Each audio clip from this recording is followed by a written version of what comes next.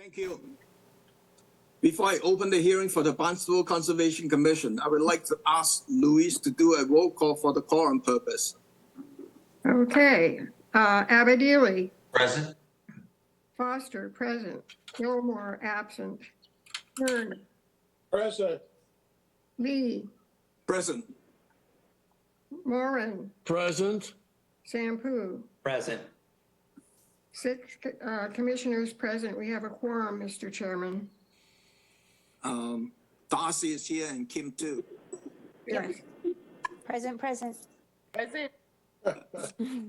Acting under the provisions of Mass General Law, Chapter 131, Section 40, and or Chapter 237 of the Code of Town of Barnstable, the Barnstable Conservation Commission will hold a public hearing on Tuesday, April the 25th, 2023, at 6:30 p.m. for the application of Samuel Nolan, Town of Barnstable, DBW, Karen Elma, Richard and Ann Surgisons, Susan Moore Montero, Trustee Christopher C. Bushing, Richard and Julius O'Connor. The hearing will be held remotely as televised on Channel 18. The plans and application are on file and may be reviewed by scheduling appointments by sending email requests to Darcy Curley at 230 South Street, Hyannis. This meeting is being recorded and transmitted by the Information Technology Department of the Town of Barnstable on Channel 18. Under Mass General Law, Chapter 38, Section 20, anyone else desiring to make such a recording or transmission, please let Channel 18 know I know. Hearing none, this evening's hearing agendas is posted on the town's website. On the agenda next to each application is the amount owed to the Town of Barnstable for the cost of advertisement. Please send your checks to Conservation Divisions at 230 South Street before the hearing. Remote participations. The Conservation Commission's public hearing will be held by remote participation as a result of an act extending certain COVID-19 measures adopted during the state of emergency, signed by the governor on March 29, 2023, suspending certain provisions of the open meeting law. Remote public access to the hearing shall be provided in the following manner. 1, the hearing will be televised via Channel 18. Second, real-time public comment can be addressed to the Conservation Commission utilizing the Zoom link 820-9598-7702 or use the toll-free phone number 888-475-4499 as shown on the agenda. Third, the public can also email the comments to darcy.curley@town.barnstable.ma.us at least 8 hours prior to the hearing. For your information, we will have a full commissions on May the 2nd, which is the next hearing. I will schedule the discussion and the vote for the future hearing format. Tonight's agenda, the first item is under the old and new business. The Barnstable Conservation Commission and the Marine and Environmental Affairs will hold public workshops following for public comments on the proposed revised shellfish habitat map dated 2022 for the Three Bay area. The date for the commission voted on the revised rating maps will be announced at a later date.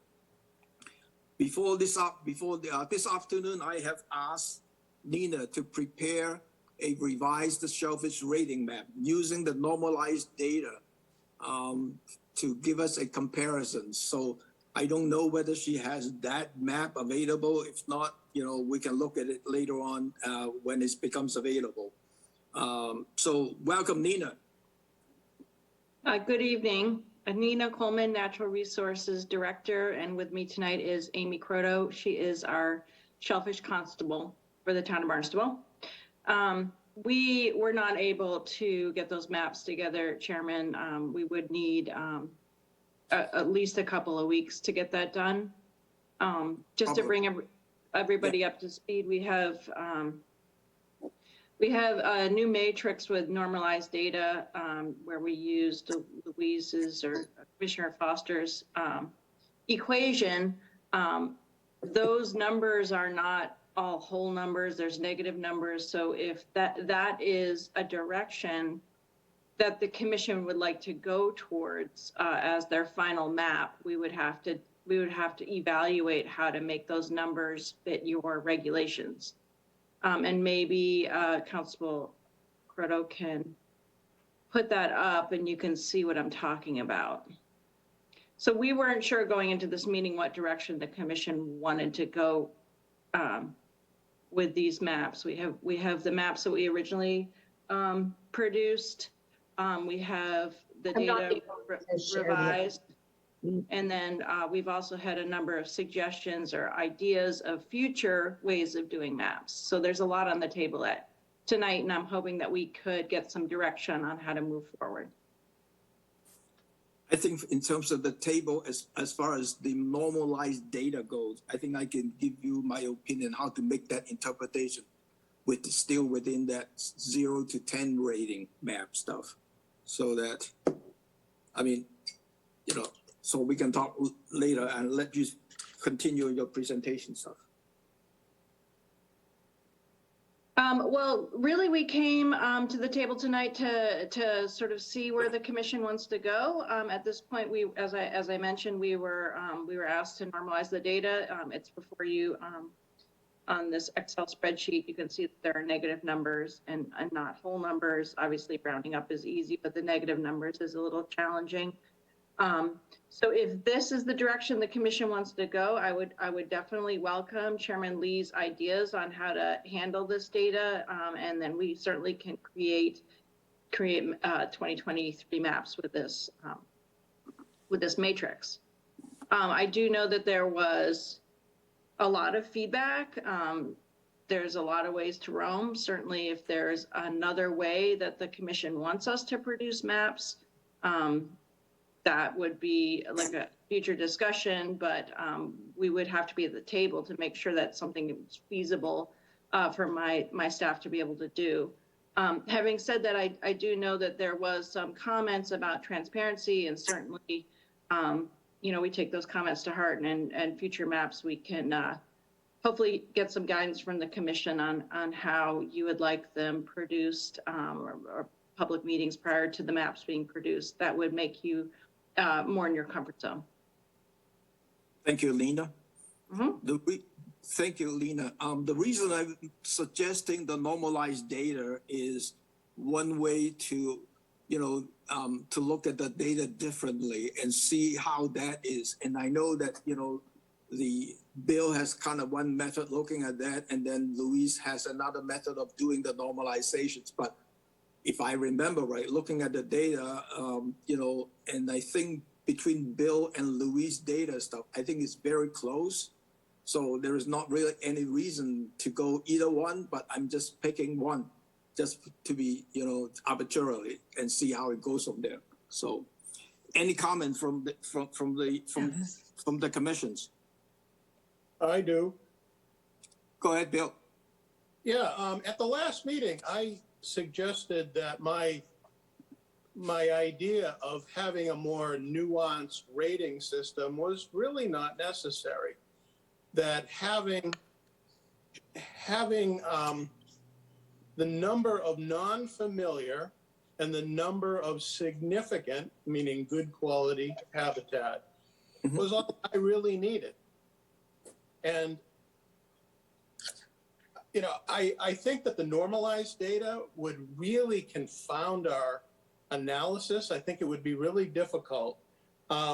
Looking at that first page, I don't know, I have maybe the same, yeah. If you look at PC6, you have, you know, PC6, you end up having 8 out of 10 people said, gee, it's significant habitat. And 2 people said, no, it's not. And you end up with a rating of 6. And I thought, yeah, what's that really doing for me? What's a 6 then mean, really? And now here's the punchline. You go down on that same page, down to NB21. And you go to NB21, and you go, gee, 3 people rated it as significant, and 7 said, gee, we're not familiar. And the rating becomes a -4. Well, you know, the 3 people who knew said, hey, this is good. And the other guys go, I don't know. I haven't even been there, don't know it. And you give it a -4. I think that the normalizing with these, you know, with ratings that have this non-familiar, it just confounds it. It confuses it. I don't like it at all. And when I know that it's three, you know, 3 people said, yeah, it's good, and 7 go, nah, I don't even know, haven't even been there. Well, you know, that's worth knowing. And and as I said last 2 weeks ago when we had our last meeting, I said, well, you know, just knowing what the rating is and how many people had unfamiliar, you can subtract from 10 how many people thought it was not significant. So just knowing 2 out of the 3 numbers and assuming that there's a total of 10 people, I think that's all you really need. And I think it's valuable. I think that data is valuable. That being said, it's not, you know, super great statistics, but it's a metric that's worth something. And then you end up having Liz Lewis and company show up and do a survey. You end up having the consultants do a survey on controversial projects, and then we get to decide what's going on. I don't see the normalized as working, but knowing the number of unfamiliar as being really important. Thank you. Thank you, Bill. Larry? Well, I've got some preliminary concerns. Number one, Nina started off saying that there've been suggestions from other people. So far, the only names that have been mentioned have been Louise and Bill. I don't know who else has been involved in this. I know I haven't. The other question concerns me, though, is that I'm sure that there are people in the breakout room who have logged on to be able to watch and participate in this hearing. And so why are they in the breakout room? Everybody should be included right up front so that they're hearing what we're talking about. And the other question I've got is that while I guess it was Louise, I'm not trying to say she did or didn't come up with the term normalize, but what does normalize mean and how does it figure in? So I think that these preliminary questions have got to be asked and answered by all of us, not just 2 or 3 people that make up that preliminary decision. That's the problem, the communication problem that I find untenable. So those are the things that I think need to be addressed right now. Thanks, Larry. Louise? I think normalized for the equation that has been used is a slight misnomer. And one of the reasons for that is that some people voted non-significant, not familiar, but not significant. And not familiar and not significant are different in that not significant says that the person who voted that way is familiar with the area and they don't agree with the people who are it's significant. So I think the not significant should definitely be included. If there's another better equation, I'm all for it. The fact that we have some negative numbers is a problem. However, the negative numbers are at the very bottom of the scale where we really have no interest. It's from around the midpoint 5 and 6 up to the top. It's really 5 and 6 area that is the most interesting to us because that's the break line. So, you know, if there's another equation, I think that's fine, but I do think that people who say not significant ought to be counted in some way. Thank you, Louise. Excuse me, Tom? Yep. I just wanted to address Larry's concern. It seems to me that everybody was in the room. They were not in a breakout room when this started. Thank you, Darcy. John? Yeah, as I read the agenda, Tom, this meeting or this discussion was for public comment. And it seems to me I would like to hear public comment addressing these issues. And then some point later, if you want to have a commission workshop or discussion on it for commissioners, we could do it then or after the public comment. But I kind of agree with Larry. I thought this meeting was designed to hear from everybody other than the commissioners at this point. It's true, it will be part of that stuff. And I just started with the commissions. It will go into the public because this workshop is not limited. We may have another one depending on how we go from tonight. So.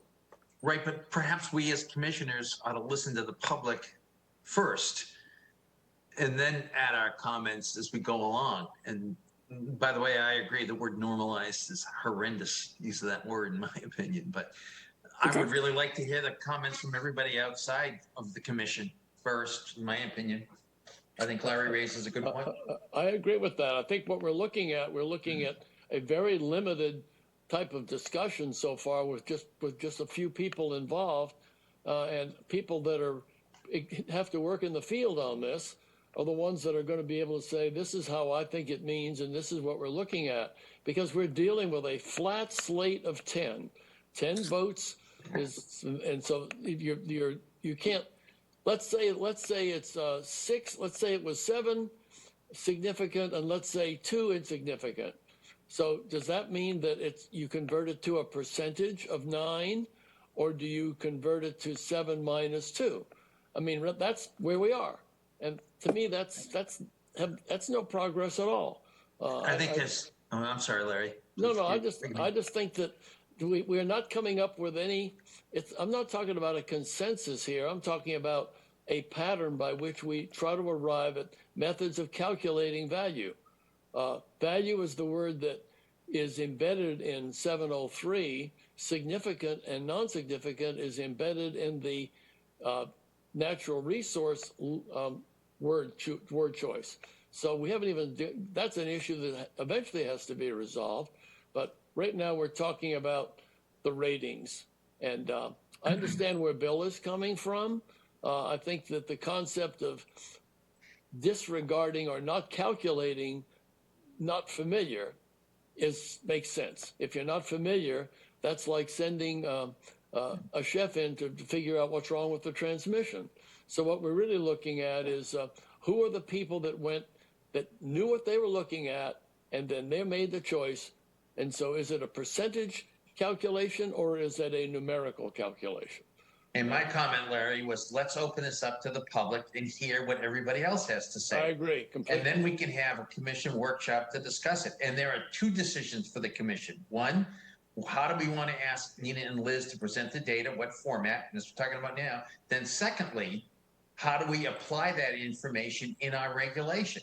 Right now, it's got a flat 6 or better or less than that, and we call it high value. Well, that's a subsequent discussion. I completely agree with you. Those are the 2 primary variables or decisions. Doesn't mean others may not pop up, but those are the ones that are threshold decisions. So let's, again, Tom, Okay. my recommendation is we hear from the public. That's the purpose of this. So let's the public, channel 18, any public comment on this one? Yes, there are some members. Can you raise your hand or? Yes, Go there back are to some us. members of the public here. I didn't specifically ask if they're here for this item, but if anyone is here for this item, now is your turn to speak. Can we get rid of the chart and go to the public view, please? Thank you. Anyone?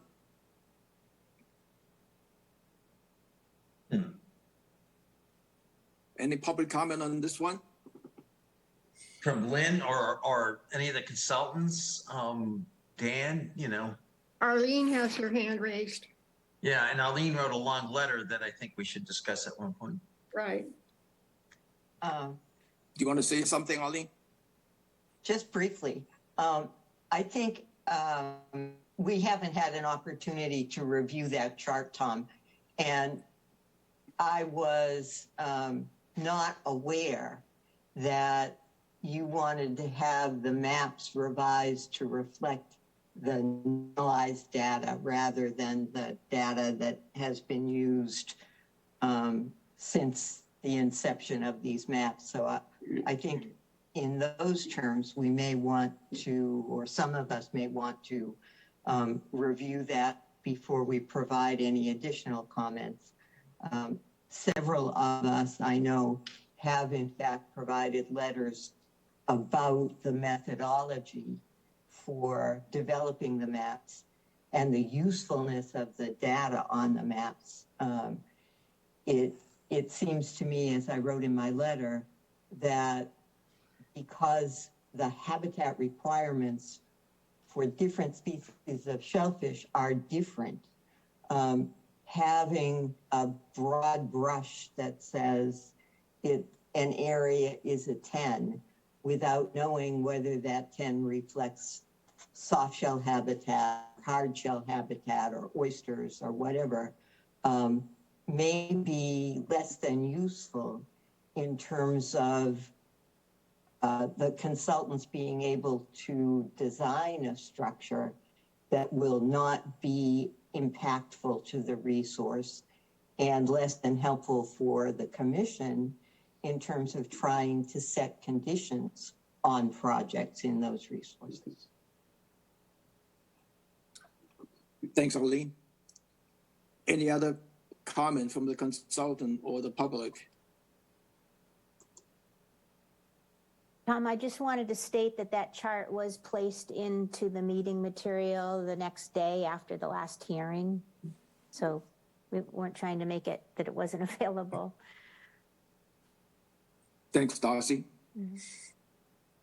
Any other one for comments? Pete? Yeah, I in part, being a teacher, dealing with youngins or the public here, sorry about the dogs in the background, keeping it simple and in line with what we've done in the past has a lot of benefits. So I completely agree that when something is not familiar, it should not be counted as not significant. That was a problem with our past for sure. Larry's idea that if you have a total number of, let's say 9, that in fact you just change it to a percentile. 60% or better of the respondents saying it's good, it's a 6 or above. We can deal with decimals, it's no problem, and we're keeping it in line with all of our past kind of assessments and our regulations or policies that we've done in the past. Keep it simple. Thanks, Pete. Because for this kind of study, especially what Aline is asking for in terms of the soft shells, coal hogs, oyster, it makes the whole matrix very difficult, very laborsome to trying to come up with those informations. That's just my thought. Make it simple. I mean, yes, scientists and the engineer like to make math simple as possible and easy to understand. I think that's the key point. So, Louise? Well, I think that we would value razor clams as much as we would oysters, as much as we would claw hogs.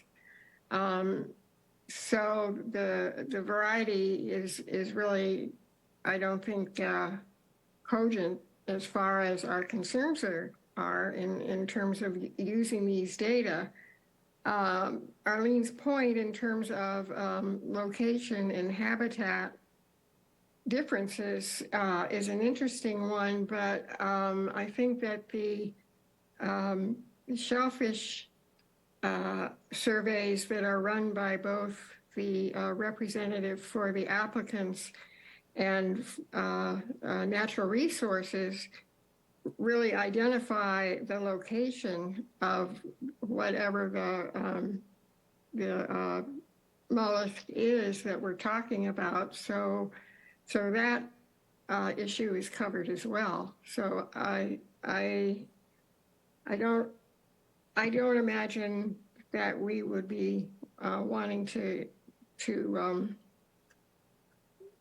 discriminate between one kind of shellfish from another. I think we have to walk before we can run, and that's a pretty big job to handle. John? I have a question, Arlene, maybe to Nina or Liz. Arlene asked the question. She says, "Are we rating habitat value, shellfish populations, or scarcity of land?" And I'm curious, Nina or Liz, how would you answer that question? Liz Lewis is not here tonight. She was not available. Oh goodness, It's, maybe Amy. I'm sorry. Amy. I mean, I can read to you the criteria, and then maybe Amy can follow up. So the criteria that the participants were looking at to determine significance by each individual was subjective analysis. So this is, by definition, a subjective analysis as to where each harvested shellfish on a recreation, commercial, scientific, management, or other basis in a current and or historical context. So I'm kind of thinking of it as, it's kind of like having 10 people who are very familiar with our waters and our shellfisheries in a bunch of different disciplines, recreation, professional, commercial, come before the board each time there's a project and say, yes, I've harvested this in the past. You know, this used to be good, now it's not good. It's really good right now. You're getting 7 voices in the community for each of those areas as a broad-based stroke of what is known about that location historically, past, present, etc. So so I just want to make sure everybody's aware it is by definition subjective, and it does include historical knowledge, because shellfish moves around, shellfish gets harvested, shellfish gets planted. It's not a snapshot. Is it fair to conclude, Nina, that there is a direct relationship between the number of shellfish and shellfish habitat? I'm gonna have Amy answer that one. Thank you. Thanks, Amy. Okay. So I will also state from the notice that was given to all participants that present standing shellfish resource populations did not weigh heavily in the determination of significant shellfish resource and habitat areas due to periodically depleted stocks or absence of current shellfish recruitment in an area. So essentially, when we have these 10 people, they're people who work the area routinely, have worked the area in the past, have a historic knowledge of it from being employed with this department for a number of years. And it's really looking at it all holistically. So it's not necessarily based on what a standing stock is at any given moment in time, because that changes from time to time. So one could really reasonably conclude that you're talking about basically a habitat, because of the fact that if eventually, 2 years ago, there was a lot of shellfish and now there isn't because everybody fished it or whatever. So you're talking about an area that is probably represents a place or a habitat where shellfish could grow and survive. If somebody says it's significant, that's probably the basis for it. Is that correct, what I'm saying? Yes. Okay, super. That helps me a lot. Thank you. Thanks, I'd John. like some clarification on that when it's my turn. Tom, we have somebody from the public, Anna. Yeah, I know. I'm going to her first. Okay. Anna? Hi there. My name is Anna. I'm a student at the University of Massachusetts Amherst. I'm a natural resource conservation student here. And I was just curious, when it comes to the maps that you're looking at, are you mainly looking at conservation versus recreation for like the town, or are you focusing on mostly just kind of keeping that population as stable as possible with the maps? This map is for the whole town. There is a different watersheds, and this time around it's a 3 bay area that we are updating the shellfish rating map. But Updating about once every 10 years. Okay. may I ask a question, Tom, of Anna? Yeah, go ahead. How did you get involved in this and why? I'm curious. It's great to see you, but why? Thank you.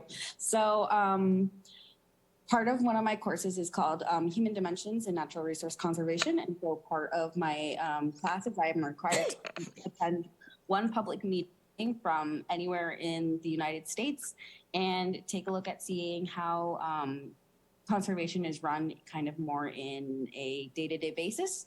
I'm also, I used to work at the New England Aquarium, and I'm a former park ranger.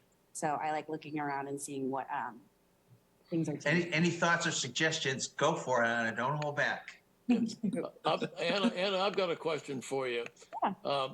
First of all, you probably have picked up on the fact that the principal approach to this was a subjective one, namely that the people were selected based on their experience and familiarity with the area over time.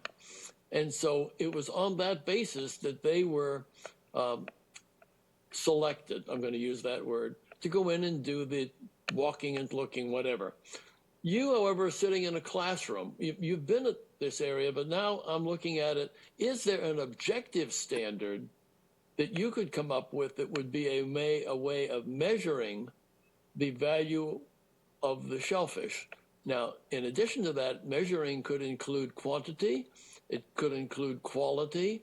As John just said, if you've got a shellfish habitat, let's say it's the size of a king-size bed for illustration, as opposed to a twin bed, and you've got that space, you could say at such and such a time it was checked, we had a lot of razor clams. Later we had quahogs. I mean, that could be used as a substantive description. With those parameters, is there any way you can suggest a method by which we could attempt to describe this? Yeah. So Have at it. Yeah. So in terms of what I see, you can look at it based on whether it's, for example, how healthy the population is. So if you're looking at the populations, if there is an increase in population and if it's a healthy population versus whether it seems to be an invasive population. Also looking at how it's helping the ecosystem. So most of the shellfish that you're talking about are filter feeders, they're bivalves. So looking at how the water quality has changed throughout the time. So seeing if they're helping improving the water quality, also seeing how they are doing as a species overall. So their conservation points. And then obviously, as we mentioned, shellfish are constantly moving, they're changing, we change them. So seeing if there is kind of that increase or decrease in terms of the desire for them. So looking at those kinds of things would be the best. Okay, that's fantastic. Now, is it reasonable to include a combination of those criteria in a search at the same time, or does it have to be limited to all whatever's there is just counted, or to arrive at a determination that it's a healthy or significant place? You've listed a lot of relative criteria that really doesn't appear in the letter that was written to create this survey. It wasn't there. So I would say that you can combine a lot of these things because I've only been to Barnstable. I don't live in Barnstable. I'm from technically closer to inland. So obviously I don't know this population as well as someone else who's doing these surveys. So obviously I don't know as well as what a healthy population looks like. But if you, for example, look at the shellfish populations over time, at least that's from as an academic person, if helping and looking at over time, seeing how healthy the population, if a lot of people said, hey, the razor clams are doing really well this year versus they're not doing well this year, was there something that happened? For example, if we had any kind of algal blooms that happened in red tides, if there was an increase in those kinds of algal blooms, you may have a decrease in certain shellfish populations. Okay, I found that very helpful, and it's on tape, so you won't be held liable. But it's helpful to have that, so I hope that that's a good building point for us. So thank you very much. Thanks for calling in. Oh no, I like it. Thank you. Thank you. Anybody has any comment on the shellfish rating maps? Lynn? Lynn Hamlin has her hand up, Tom. Hi, I want to make two statements. First, the audio in this hearing, at least as far as I'm getting it, is awful. So I'm having a hard time following it. And I don't even see where to raise a hand, which is why I have to interject this way. So I'm having a really hard time with this format. Regarding the topic, And I apologize, I'm a little late to this game, but correct me if I'm wrong. But it seems that it's been repeated that the ratings are completely subjective.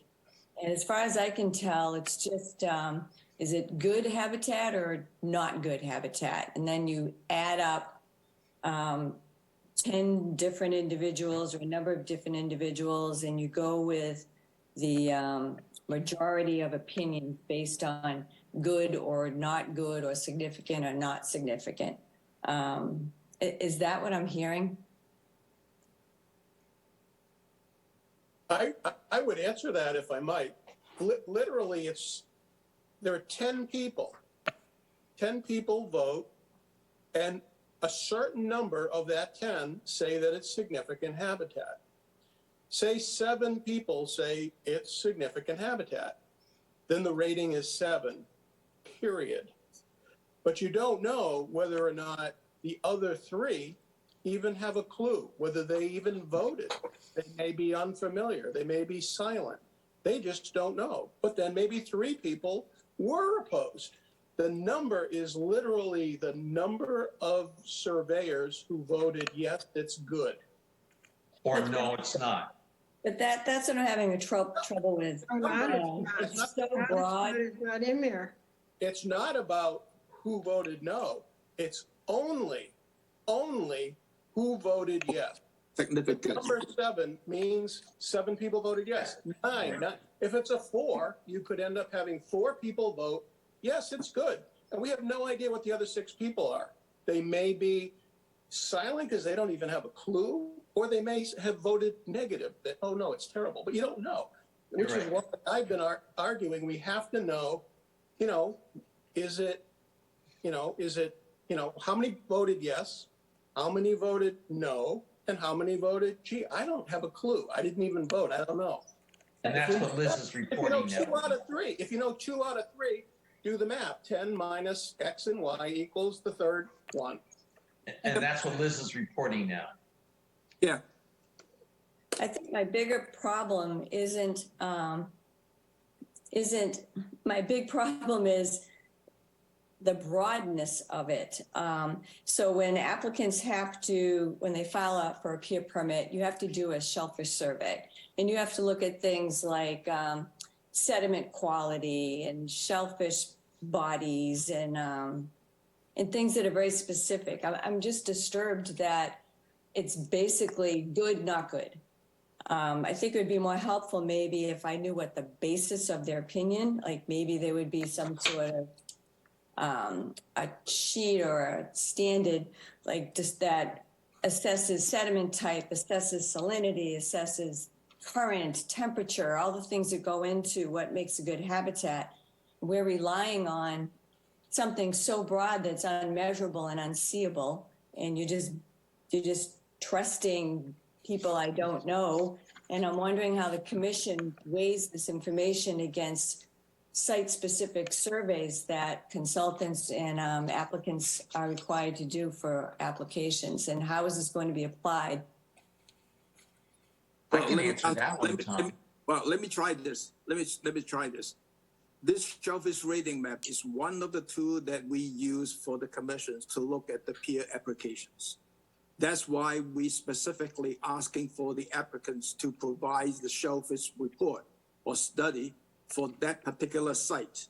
Same thing, we also asking for the town's biologists to do the same study for the shellfish in the same pier, so that we have another specific data to look at before we make up our mind in terms of that peer rating or how we want to treat that rating compared to our Chapter 703.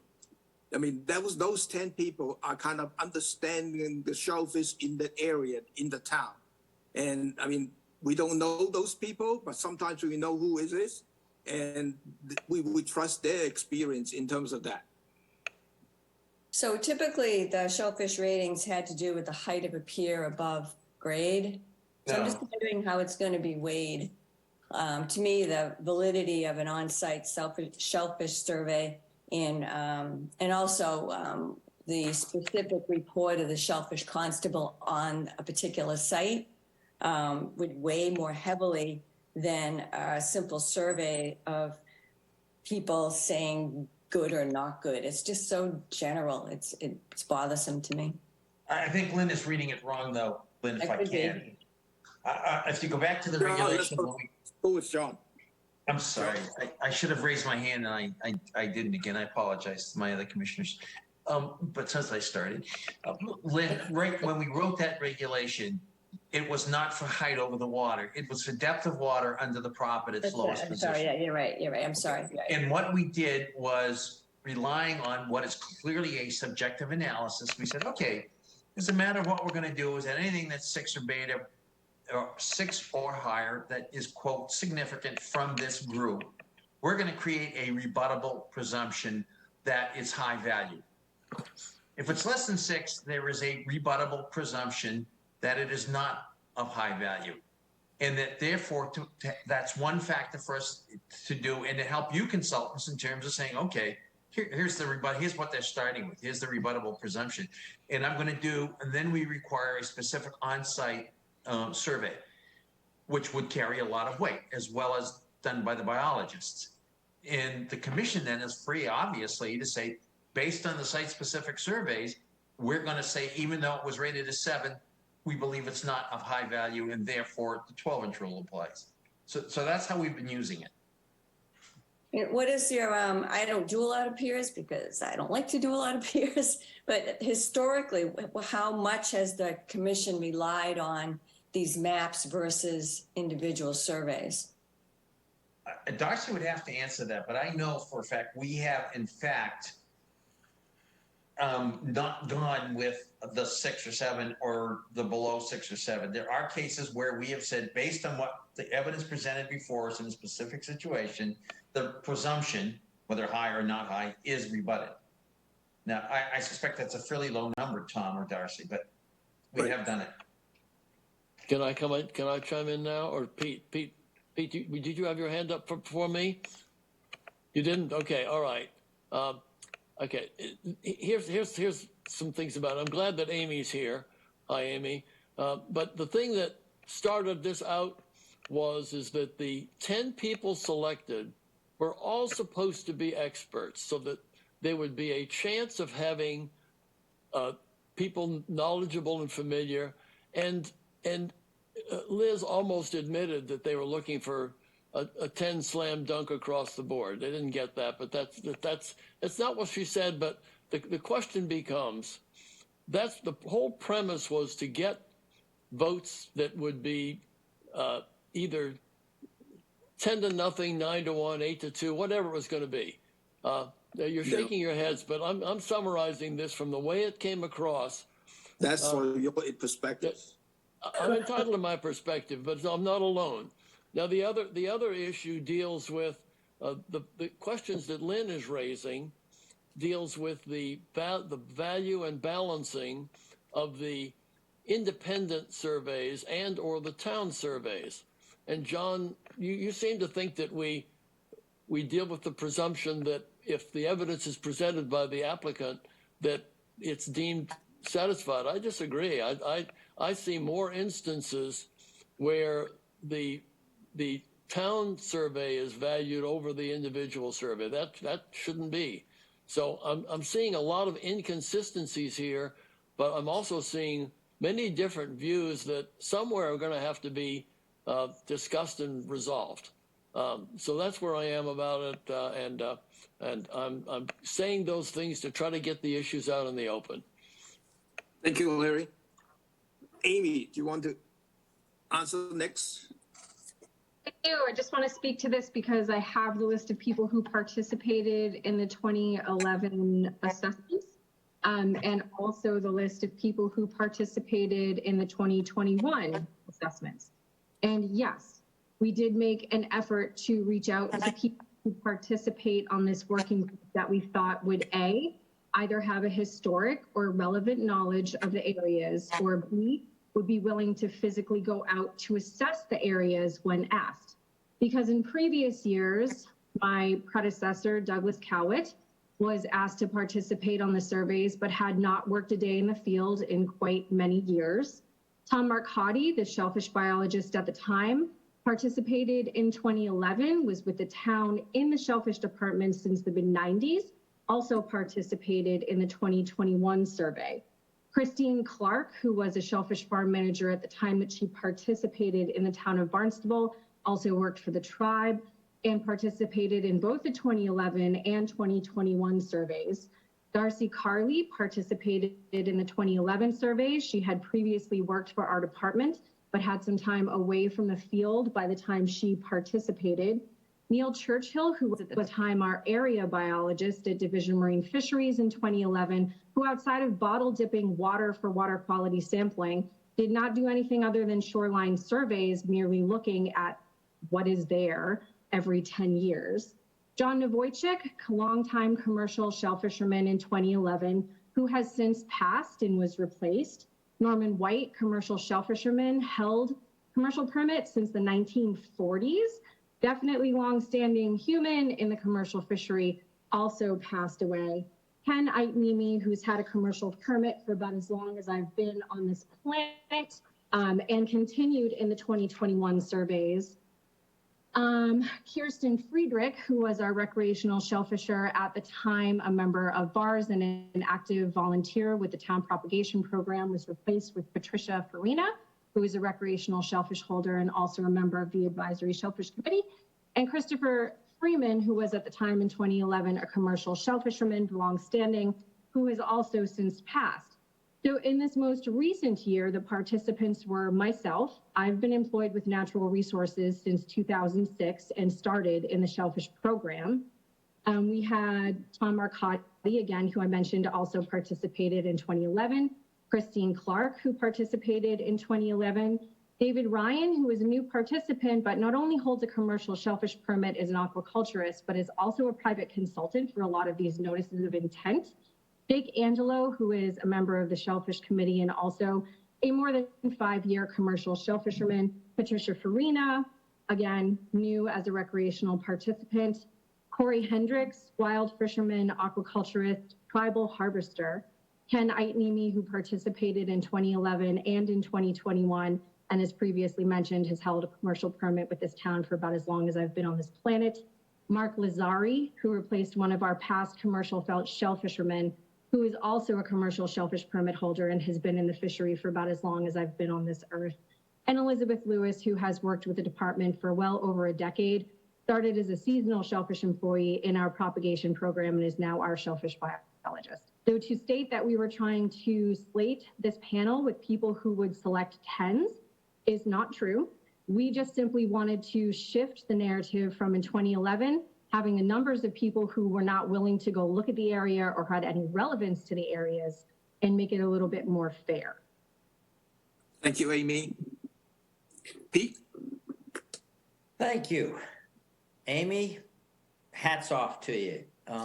It is clear to me as a individual who has done well over 1,000 sediment analyses for everything from different pore water constituents to percent water to identifying the mollusks in those sediments that you have here provided to our town as volunteers, 10 individuals who I would consider from a professional standpoint, given my background in biological oceanography, specializing in nearshore biogeochemistry of the sediments, you have experts here to suggest that it is anything else but expert opinion. Subjective, yes, but based upon years of background understanding of our waters and our sediments is folly to me to suggest it is anything but an absolutely well-balanced and well-thought-out group of individuals giving the Conservation Commission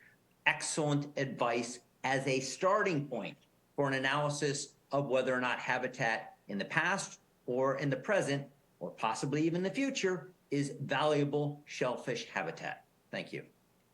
Thank you, Pete. Bill? Bill, unmute yourself.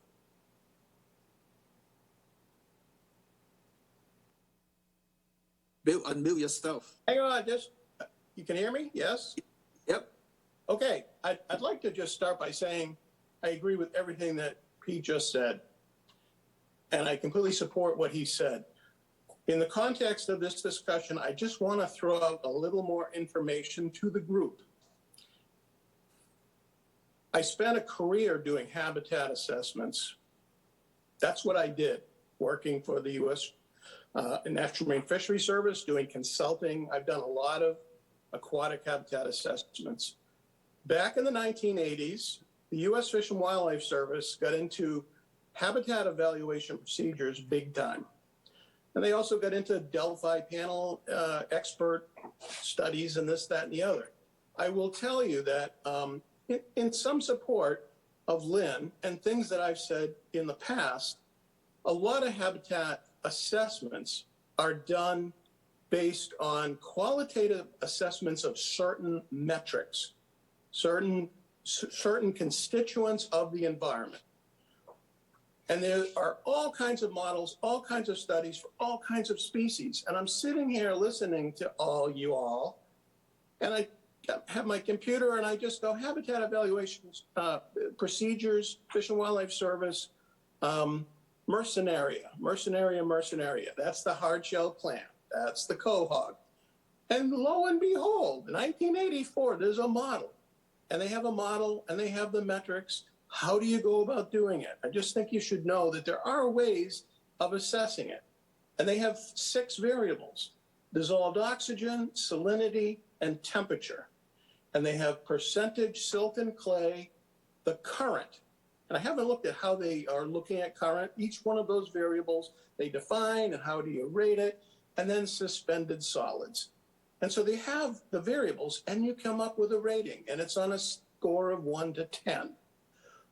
So that is, but based on the conversations we've had for the last 3 weeks, as Pete would say, let's keep it simple, just keep it simple, not stupid. Let's keep it simple. And I do believe that if we have a group of people who are experts, people who are very knowledgeable, and how many of them think that this is good, that's good for me. I just think that if you end up having, the unfamiliar thing just totally blows me away. I just don't understand what do you do with those numbers? 3 and 7, that one that I pointed out, which is NB21, 3 people said significant, 7 said, I don't know. What does that say when Pete says, let's just do a percentage? Well, that's like 100%. Well, 100% is only 3 people, So I do think you want to stick to the number of significant and the number of insignificant, or it was not significant. And then you take from 10 minus X and Y, and you end up how many were unfamiliar. That's very simple. And it's a good place to be, because we're then having some sense of what a bunch of experts said. And then you send in Liz Lewis and you send in the consultants and let them haggle it out. And heck, then if they want, they can go to this model and they can figure out, well, the percentage salt clay is whatever, defined by whatever. And the suspended solids, same thing. So, I mean, there are ways of doing this, but I do think what is something that is workable, as long as you know how many are unfamiliar and didn't really have a vote. That's the last thing I'm going to say about this. So, Bill, before you go, I want to follow up with you. So, if let's say for a sections and call, let's say 6 is significant, and then 2 is non-significant, and then the rest is like not familiar. So then you end up have 8 votes, right? Right. And so, do you take a 6 out of 8 as a percentage, or do you count as 6 out of that? If I know it's 6 and 2, and 2 people just don't have a clue, that's what it is. I mean, it's like we have to think about it. And as John said, well, there are going to be times when we may just reject a 6. You know what I mean? I mean, these are soft numbers. But I think if 6 say it's good and 2 say it's not, I'm thinking, it's probably pretty good. I mean, and worth saving. But then send in the troops and do a little more analysis. So what I'm reading from what you're saying is that if we are reporting as a 6, 2, and 2, that would be good for you. 6, 2, and 2 would be good for me. I mean, and we could think about it. It's like, well, what if it's 3 and 7? 7 unfamiliar, like this one at NB 21. What does that say? That means 7 people didn't even look, don't even know. They're not even weighing in, and the 3 people that did said it's good. Do we then condemn it and say, no, it's no good? It's clearly a 3. It only got a 3. Well, 7 people didn't even know. So therefore, that might be a case where you send in the troops, they do the analysis, they have their little back and forth. Turns out a 3 was okay, only because 7 people didn't really know. But then the thing though is, that is one piece of the information that the site-specific, the shellfish report, that would give you the other piece of the information. Yes. Yeah, but when we end up doing a dock, when you end up rating a dock and it's like, gee, you need 30 inches or you need 12 inches, what happens if 7 people just didn't go, don't have a clue? 3 people said it was good, and then Liz goes in and says, no, this is actually really good, and it's a 3. Well, maybe that's when we go, well, it needs a 30. I'm just making that up, but maybe that's. Yeah. Thanks, Bill. John? So maybe following your idea that, there's this group, but then there is our guidelines for filing for a doc application, and we require a whole bunch of things within those guidelines, the filing protocol. Maybe part of our subsequent meeting or workshop ought to be discussing those guidelines and filing requirements, and maybe in simply saying a shellfish survey. Maybe in the filing guidelines, we want you to look at A, B, C, and D, some of those items that you just said. So that could be a discussion down the road, Bill. Could be, yeah. I could forward that model. Excuse me, I could forward that model to everybody. It's a 1984 model. I don't know if there's anything more recent, but I mean, it's something. Why don't you do some homework and see what you find? Okay. John, are you all set? Yes, thank you, Tom. Louise? Bill, you said, well, we'll send in the troops if the number on the map is ambiguous, but we always send in the troops. Right. I mean, I don't know of a doc application where we have not required analysis from both the applicant and the town. We always do that unless everybody agrees it's, wonderful or it's the pit. Too straight. So we do that already. It's routine. And Right. I think we should be thinking about how we have been using the map because I think we are getting awfully complicated here in terms of, currents and pH and salinity numbers and so forth. It's going to get so complicated. We need to focus on how we're going to handle these simple numbers.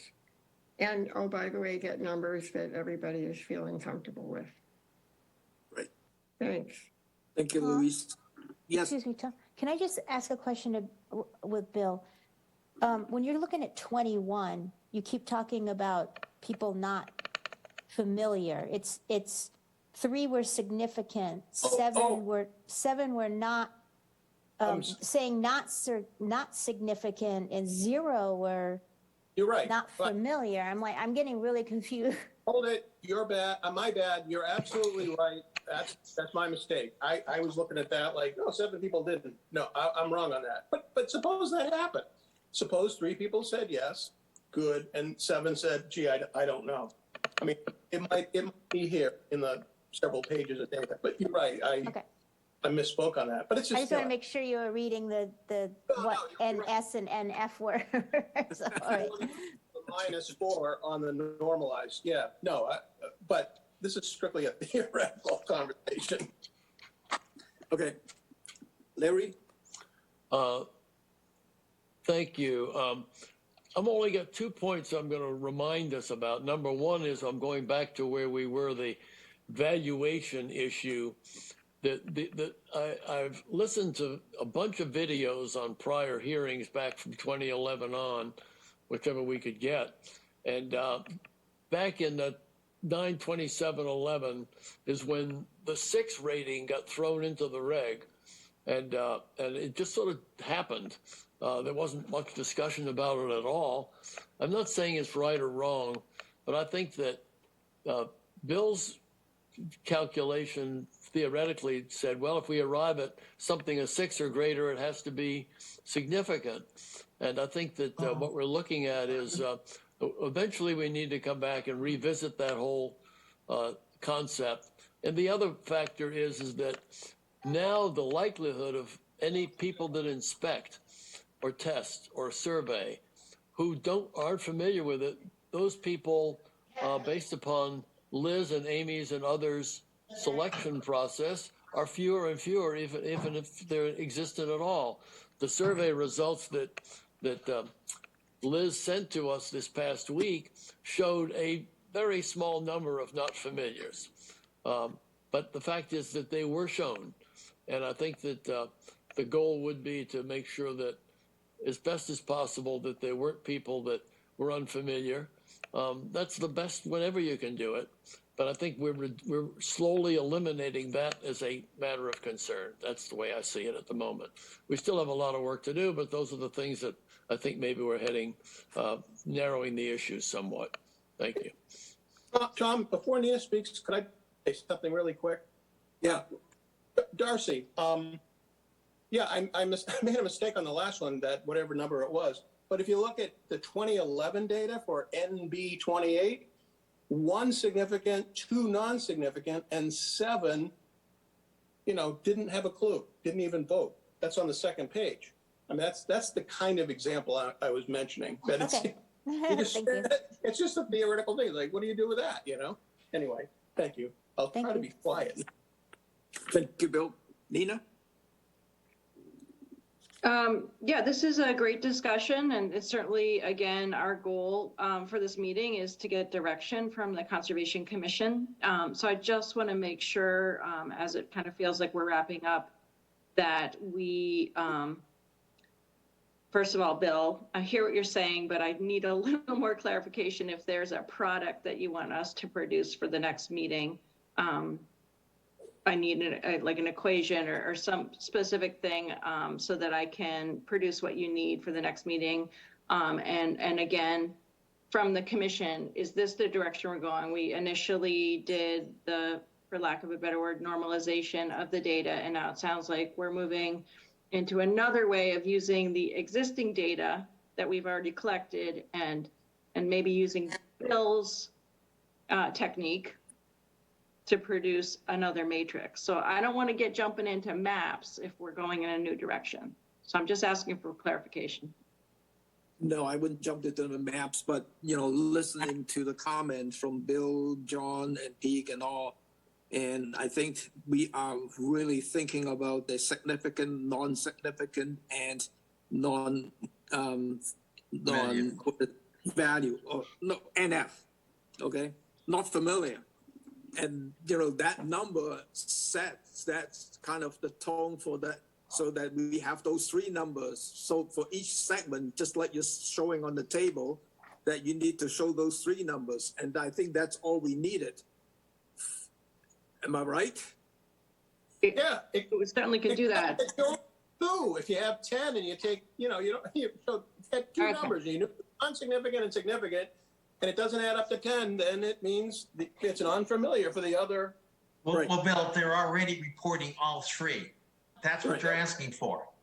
Yeah, well, that's on the maps, Bill. I'm sorry to interrupt, but like on the maps where you have a segment, a section, you want the significant and the non-significant numbers. If we had just those 2, significant and non-significant, that's all it was. You see, you wouldn't have to put and make it even more confusing with a 3rd number, because you know what the 3rd number is, because 10 minus X and Y Z. Okay, I hear you. I understand now. I was confused, so thank you for that. It's simple. I don't know a new way of doing the map, so there might be some time that would have to be allotted to GIS to create that, and maybe a number over a number. Would that work? No. Like a 7 over a 2? Sure. Well, I don't understand that. What would you're reporting right now, significant, non-significant, and I don't know. Just keep reporting it. I mean, what the hell, heck? No, I mean, I don't, I'm just trying to get clarity myself. Putting it on the map, John, is problematic, I think, when you're putting the numbers. Is that the problem, Nina? Just putting the numbers on the shaded area. It's not our problem. It's just a new way of doing it. So we would have to work with GIS to Bill's send idea. two numbers. Two numbers, not You- over each other, one next to another, maybe with a comma in between it. Significant, non-significant. I think that would, honestly, I think that would be pretty confusing to the public, frankly. But it's what you want. I mean, you can have a map and then you can have an associated matrix for the commission would be another way of presenting it. But if this is the direction we want to go into, we can figure out how to provide the commission with that information. Do you think it would be less confusing if you had the three numbers like John is saying, where you just go significant hyphen, non-significant hyphen, non-familiar, so it's three numbers? Is that less confusing? It looks like Amy has an amazing idea. Can we turn to her, Mr. Chairman? Well, Way to pass the buck, Nina. Well, before I go to Amy, I just want one question, because in the sense that when we're looking at, let's say 6/2/2, yes, the color would be like a 6 for significance. What happened if you have like, a 4/2? So that first significant kind of determining the color coding. Right. You don't need a color code, just the numbers. Well, when I look at the map, it is easy when you look at the color stuff. But Amy, go ahead. So just correct me if I'm wrong, because I wasn't at the April 11th meeting, but I believe at the April 11th meeting, the shellfish biologist promised that moving forward, in her comments of her shellfish survey, she would put in writing to the commission the current rating of the area from the working group assessment. She would also include how many people from that rating voted significant, not significant, and unfamiliar. So you would have all of that information now in one place. And if all of this information is made publicly available on the Conservation Commission's website prior to any hearings, and it would therefore be not only accessible to commissioners, but any other person participating in the discussion. You would have what the area is rated as, how many people thought it was significant, how many people thought it wasn't significant, and how many people were unfamiliar with the area at your fingertips in those survey comments. Well said, Amy. Yeah. Very good.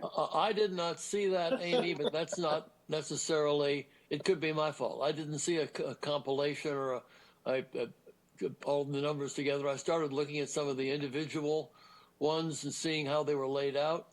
And on the back of one of them, there were some handwritten comments, but I didn't necessarily know what they meant. So I will try to go back and look at what was submitted the other day. And if I don't find it, I'll let you or Liz know so we can try to clarify it.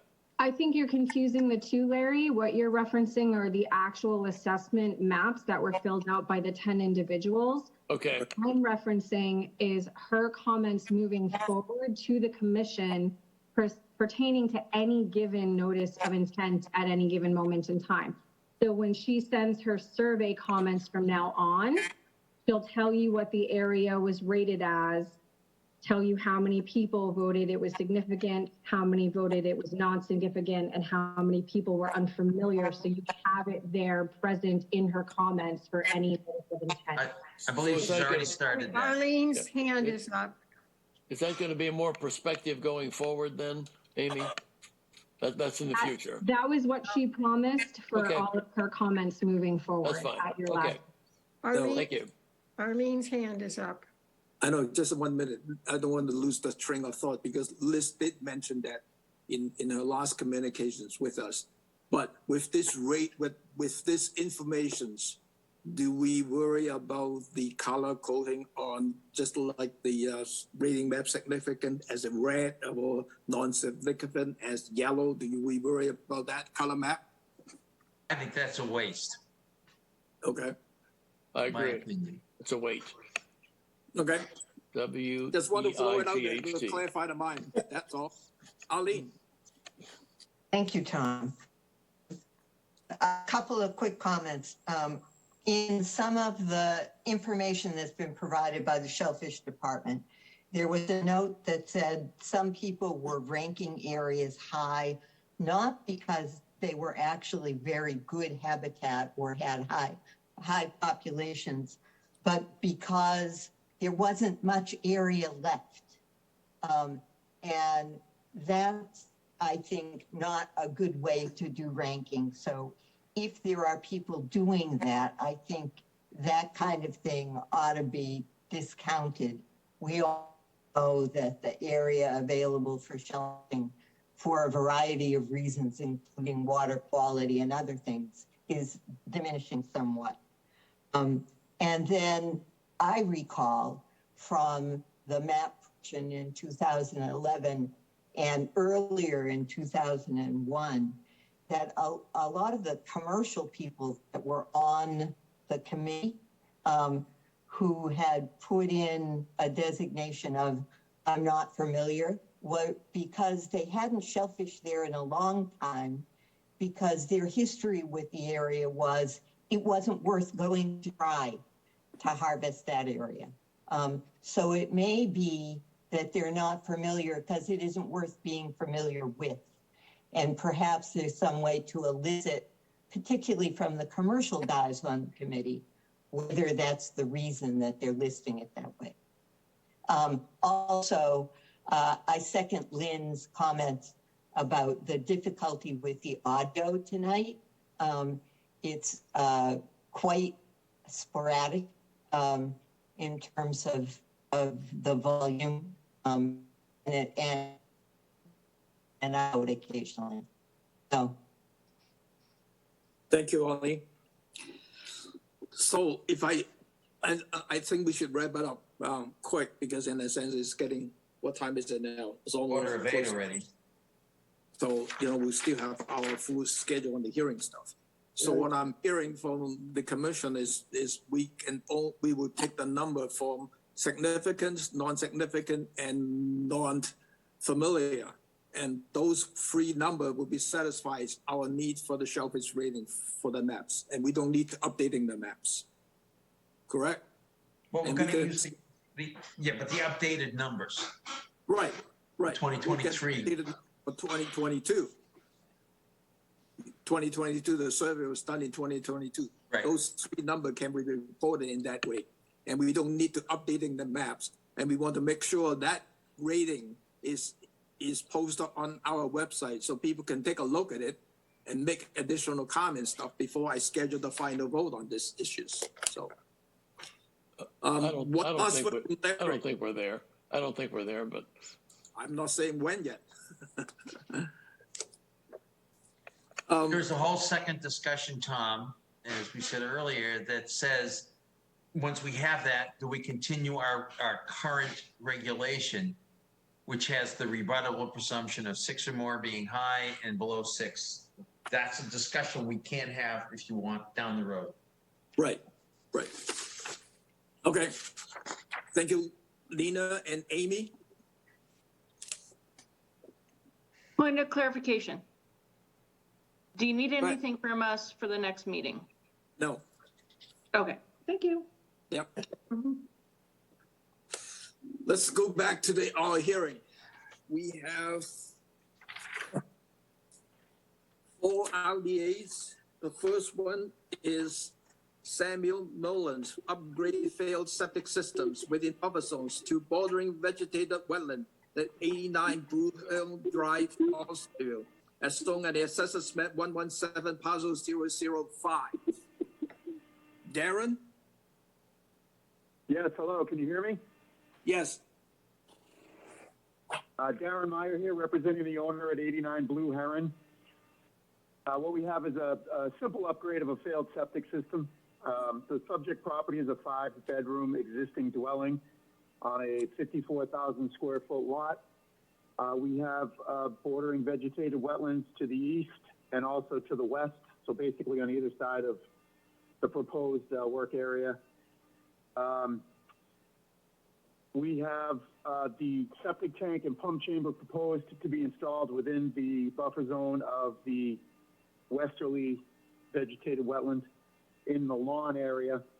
And then the pump system would pump the effluent up to an elevated leach field in the wooded area, which is outside of the buffer zone from either wetland. The installation of the tank and pump would involve traveling down the driveway across the lawn area and over to the area where the tank and pump are shown. And then as far as the leaching system goes, we would access that off of Blue Heron Road into the wooded area. There is some clearing of some of the area in there to access that area. Probably we'll remove some very small diameter trees to get that leaching in, but from what I marked out, I don't think that there's really too many trees that need to come out there to install that system. We've offered straw bales to help with any sedimentation that may make its way down that hill towards the westerly wetland. The existing system is right in the footprint of the proposed tank and pump, so that'll be decommissioned at that time. Happy to answer any questions. Thank you, Darren. Question from the commissioner. Anyone? This application came in front of the Board of Health this afternoon and it was approved for the variance requested. 10:18, any public comment on this?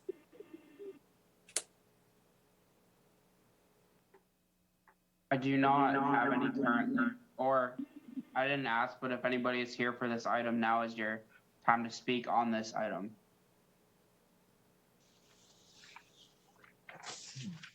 I didn't see anyone or I didn't hear anyone. Could I have a motion to approve this project as a negative determination? So Roll call. Kern, Aye. Lee, Aye. Foster, aye. Abedili, Aye. Warren, Aye. Sampu. Aye. It's unanimous, Mr. Chairman. Thank you. The second RDA is Town of Barnstable, DBW, to install 2 modular non-permanent granite memorial bench at Loops Beach, 281 Ocean Avenue, contoured as shown in Assessors Map 033, Parcel 021. Joe? Yes, good evening, Mr. Chairman. What we're proposing is a project for the town. Some of you commissioners may have known that we had a memorial bench program years ago. The town has now reestablished what is now called the Legacy Program. There are a few remaining areas that have been requested. One of them is Loop Beach. What we are looking to propose is the possibility.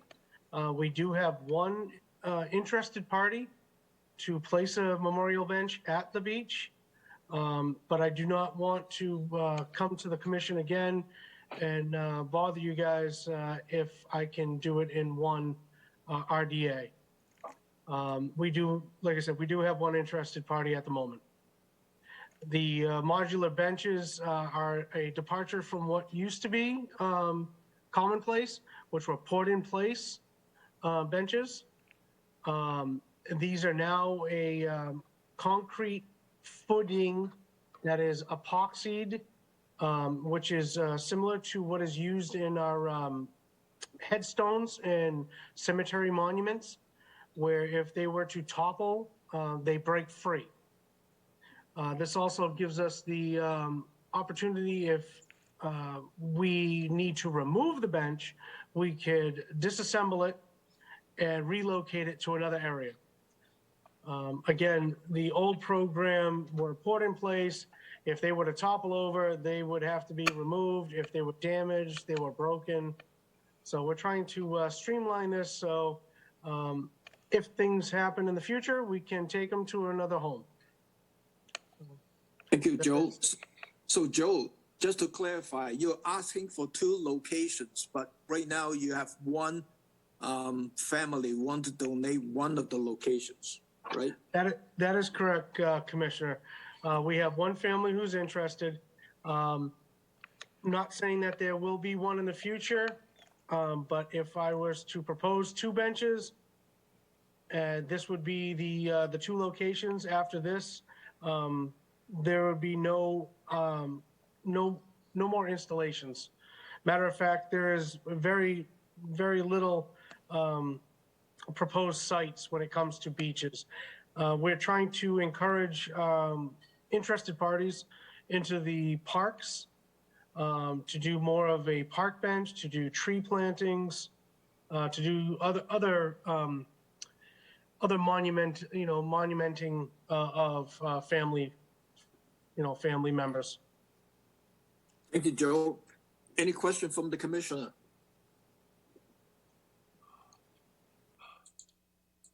I'm trying to find it here. Yeah, Tom. Hi, Joe. Hi, Larry. I think it's a very good idea. And there've been a number of beaches and parking lots, as you know, that are being cleaned up and fixed up. Most noticeably Covell's Beach. And there's another one that's slipping my mind down at in Hyannisport, next to the Hyannisport Golf Club, Yacht Club. So those are areas that if there was a more of a need for it, that might be other places to consider, because what you're doing is no impact on the environment at all. And if anything, it's a beneficial event and activity. So I support it completely. Thank you, Larry. Any other comment from the commissioner? None. Channel 18, any public comment on this item? I do not. If anyone is here from the public to speak, now is your time.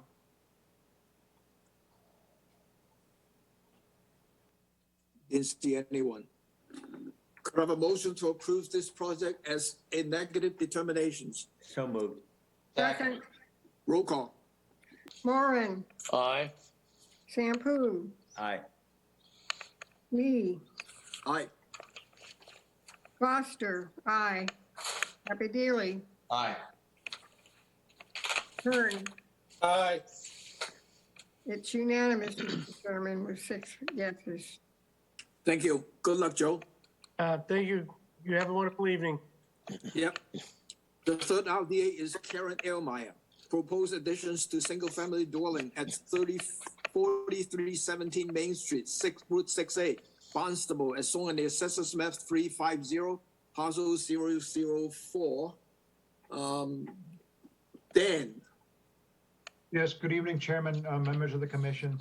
A super simple project. I won't put it up unless you ask, but it's almost 100 feet away. This is addition over an existing sunroom and rinse station, and then just flipping the rinse station outside of the 100 and replacing an existing flagstone patio.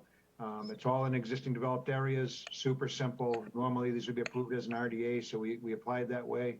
And I don't think there was any negative comments from Darcy, so we appreciate approval. Thank you. Thank you.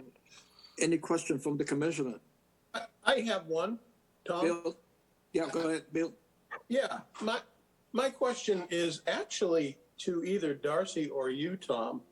And, the incursion, if you will, it's 97 feet from the wetland. And, I don't have a real problem with it, but I'm just wondering, why is it that there is no mitigation for that, even if it's, very small? I asked that question about another project a few weeks ago, and I think there was some mention that, well, there's some minimum de minimis area. I was thinking that's a de minimis area for the Wetlands Protection Act. But this buffer regulation ordinance that we have, I don't think has that. So I'm kind of just, I'm just trying to learn, why is it that there's no mitigation for even this very tiny thing that's within the 100-foot? And either Darcy or Tom, can you answer that, please? You want me to try, Tom? Yeah, go ahead. Okay. So it's been longstanding that the commission has a guidelines for what size projects should come through as a notice of intent or an RDA. And basically, if it's under a certain size and these guidelines, square footage, then the commission is usually comfortable with having it come in as an RDA. And through that process, we don't usually require mitigation. You know, it's not going through the Chapter 704 requirements for mitigation. The commission just believes these are more of a simple project. They're small, and they haven't required mitigation for them. So do those guidelines, excuse me, do those guidelines, I mean, are they in writing? Do you have? Yeah, I think we even have them online, but they do state, the first paragraph says these are guidelines. If the commission goes out, the guidelines only.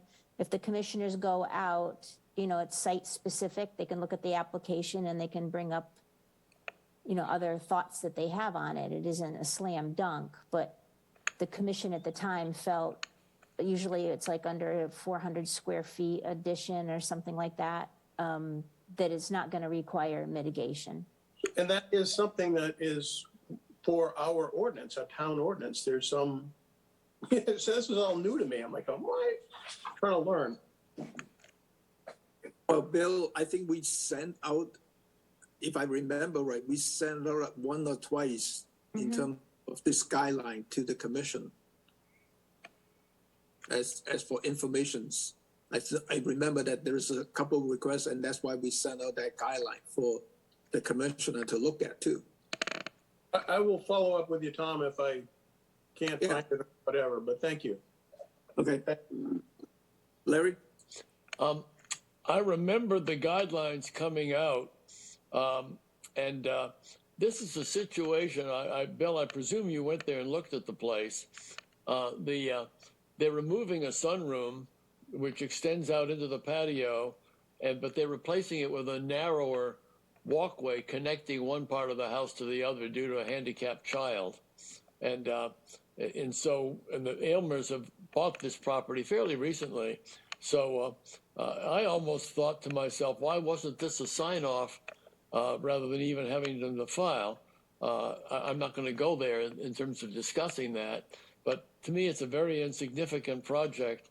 And if anything, the property vegetation, there's a stone wall to the back of the property, and they could have put some vegetation in there, but I think that they would have then had some other issues to deal with. So to me, it's a very, very simple project, and it's one that should be approved. I understand, Bill, what you're doing, bringing the questions up, but very rarely do we have an RDA that is this easy. So that's the way I see it. Thank you. Louise? Bill, just in general, about RDAs, there is no certificate of compliance, no follow-up after the approval has been made. So there would be no mechanism to evaluate and verify that mitigation has occurred. It's basically a handshake with the applicant. So for the mitigation process to happen, it just is not in the process. So. Thank you. Any other questions from the commissioner? Channel 18, any public comment on this?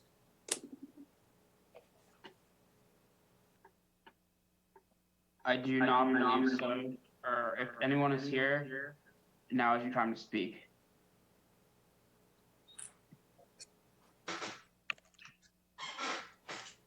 Hearing none.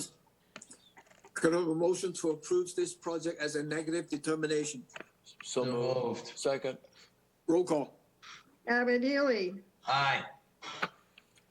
Kern, Aye. Foster, aye. Lee, Aye. Sampu, Aye. Moran. Aye. It's unanimous, Mr. Chairman. Thank you. Good luck. Thank you. The last idea is Richard and Ann Surgison's installation of pool fence, landscaping plants, driveway adjustments, pergola, fire pits, and front fence at 21 Coaxus Lane, Osterville, as shown on Assessors Map 116, parcel 008. And this is that Barbara? Yes. Good evening, commissioners. I am here to represent my clients, Richard and Ann Segerson, who bought the property in September of 2022, and they wish to make improvements to the landscape, including pool, hardscape, and significant planting. There is a proposed adjustment to the driveway just to straighten it out and excuse me, excuse me. Of course, fencing around the pool, and a small fence, a short fence around the front of the property. Basically, that's actually for their dog. To allow ease of access, shall we say. And let's see, there's a couple of existing stockade fences, one that houses the pool next door or encloses the pool to the southeast side of the property. There's also an existing stockade fence to the south of the property. And so they would just be adding picket fencing to regulation pool fencing, as indicated just in the back of the west side of the property, and basically gates to close it in the pool. Thank you. This application came in front of us a couple of hearings ago. At that time, there was not sufficient information because there's some changes to the plan and it's not showing up on that plan at that time. That's why we kind of rejected that withdraw under that time, and then providing more detail on these applications. I think Darcy kind of looked at it and is fine with this application at this point. Am I correct, Darcy? Yes, yeah, this is flood zone only. I'm fine with it. Okay. Question from the commissioner. See none? Channel 18, any public comment on this? If you are here to speak on this item, now is your time to speak.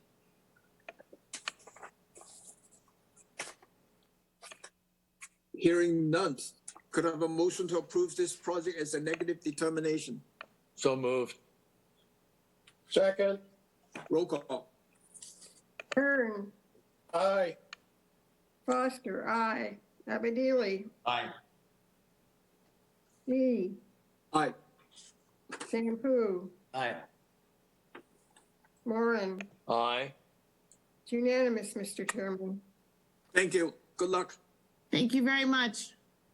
We have 3 NOIs. The first one is Susan Moore Morgantyre, trustee, 710 and 713 Seaboot Avenue, Realty Trust, to modify and expand existing pier, ramp, and float at 710 Seaboot Avenue, Osterville, as shown on Assessors Map 114, parcel 013. Chuck. Can everyone hear and see me okay? Yep. Chuck Rowland, Sullivan Engineering Consulting. I'm here in front of you representing the 710, 713 Seaview Ave Realty Trusts. The project site is located at 710 Seaview Ave, abutting Eel River. The site consists of approximately 11,000 square feet of land to mean low water, and has 105 feet of frontage to Eel River at mean high water. Presently, the site is developed with a licensed boardwalk, pier, ramp, and float.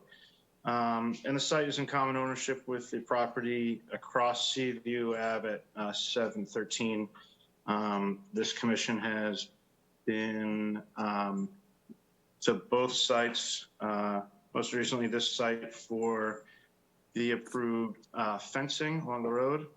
The project as proposed is to modify and expand the existing pier, ramp, and float.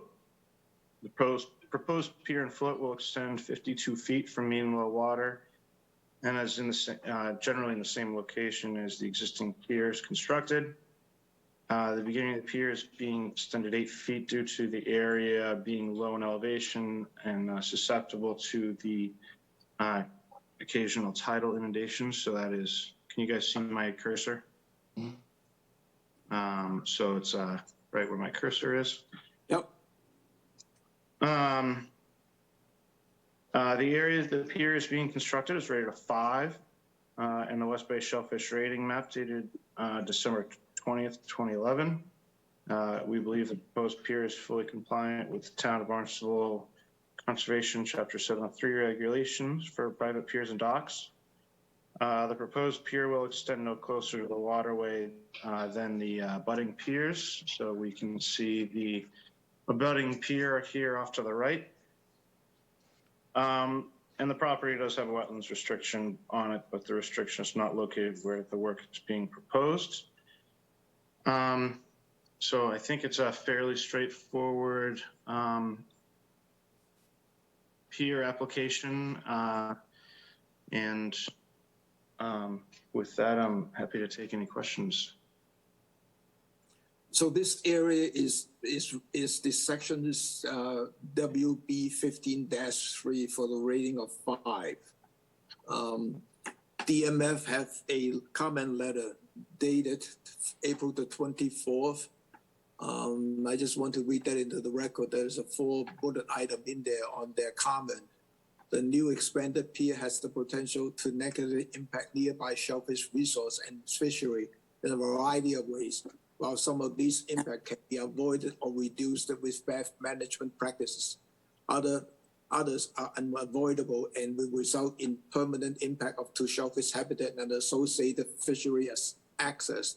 Support piles will directly displace shellfish habitat, and pile may cause further indirect impacts that negatively affected bordering shellfish habitat. Leachate from the pressure-treated woods used for the support piles or decking may also negatively impact the nearby shellfish. Associated boating activity could result in pop dredging if the boat is installed if the float is installed in insufficient water depths relative to the size of the vessel used at the structure. The support pile, floats, and adjacent footprint will likely not be accessible to commercial or recreational shellfish. Second point is DMF conduct 2 field studies to assess the relationships between the shading, mass growth, and dock design. These studies collectively indicating the height to width ratio of 1.5 to 1 between the base and the horizontal stringer and the salt marsh, reduced shading and mass loss relative to the typical requirement of 1-to-1 ratio horizontal to width. Current plan shows a pier width of 4 foot and less than 6 foot in clearance between the lowest hanging stringer and the salt marsh substrate. Current plans do not meet the 1.5 to 1 height and width ratio recommendations. DMF recommended establish a minimum of 1.5 to 1 height to width ratios. Third, all piles that will be removed should be fully removed from the substrate rather than cut at the base, since the area is suitable shellfish habitat. The last item is any activity requiring a barge should be coordinated to avoid barge grounding or operations in intertidal habitat or shallow water less than 2 feet between molluscat and the substrate. Over map the shellfish habitat. There is also a town shellfish report kind of saying that The proposed project is found in the West Bay in Eel River DMF Shellfish Classification Area CS SC 2.22.0. It is classified as approved natural resource. It's not opposed to this pier as at the bottom is severely compromised. However, all shellfish shall be removed before the project begins. Questions, Louise? So Chuck, has mean low water actually moved? Because you're extending the pier landward, you said that there's flooding. The reason I ask that is I believe we measure the length of the pier from mean low water, and if mean low water has not moved since the original dock was put in, I don't think that the change that you're asking for is actually a lengthening of the dock. So I can't tell you what we considered mean low water at the time. But see, if you look at my cursor where the dotted lines are, that is the existing pier float. And so I'm talking about the landward end. Oh, the landward end. So mean low, I can't tell you if mean low water has changed. We use the Buzzards Bay study as what mean low water is shown, which doesn't show up very well, but it's about here. So it actually we use a dotted line, and it didn't show up very well, but it's right here. So we show it right being mean low water right here. You're not lengthening the dock, you're lengthening the boardwalk going to the dock, right? So the boardwalk is being lengthened 8 feet landward right here. Yeah, yeah, because you said you were lengthening the dock, and so we probably should clarify for that for the record. Okay. But then your flow orientation is different too. It's slightly different. We wanted to try to keep it a little bit closer to the center of the parcel. Right. Right. Pete? Yes, actually, Louise, the dock is getting significantly lengthened. Right, but not because of the landward end change, right? Right. It's because, okay, so I actually went there with waders and a clam rake, and at least in the footprint of the existing dock, I sampled one very large clam. Unfortunately, my tooth went right through its open shell. It was up and breathing. It was an old one. I will concur with Natural Resources that once you get to the existing floating dock, it is just a viscous, mucky soup. The one concern I do have, though, Chuck, is there are 2 other docks in this sort of cul-de-sac here. It's going to be tight. And the other 2 docks also look like seasonal. And I'm wondering if this applicant's change from a seasonal to a permanent is going to cascade into the other docks present in this cul-de-sac becoming permanent. Do you have any thoughts on that? So your comments are kind of twofold. So I'll start with the first one. So there's a couple of docks in the area. There's about 60 odd feet from float to float. I wouldn't consider that to be too tight for pulling a boat in straight like that. But your other comment is switching from seasonal to permanent. I don't know if the abutting piers are going to be switching from seasonal to permanent. I can't speak to that, but I think that this project meets all the requirements. Not only is there a whole lot of muck in the area, so I think post-supported structures have a harder time being supported in situations like this, like we've talked about. So I think this area is a bit of a unique situation. Yeah, I'd agree with you, Chuck. I'd agree with you here on that. I think that this project in front of us, while there could be a bit of a problem with prop turbulence stirring up this muck and releasing a fair amount of nutrients, I know having a permanent pile pier is probably the only option going that deep into the muck. I concur with that. Thanks, Pete. Larry? Are you sure? You're good. I want to confirm, Pete, not Pete, Chuck, that the ramp and float really exists where the current float is located. Is that right? So it's almost there. So you really, in the wintertime, then the ramp and float would be coming out. Is that right? Yes. Yeah. Okay. So at least for that portion of it, it would be open for rehabilitation or shellfishing if that was an issue. Except it sounds to me like there's not a lot of shellfish harvesting there that is going to be a magnet for those that want to get in there. Is that right? Yeah, no, that's my understanding. Yeah. I'm not an expert in shellfish by any means. I did have my commercial shellfishing license for 2 years, but I decided to pursue engineering. No, I understand.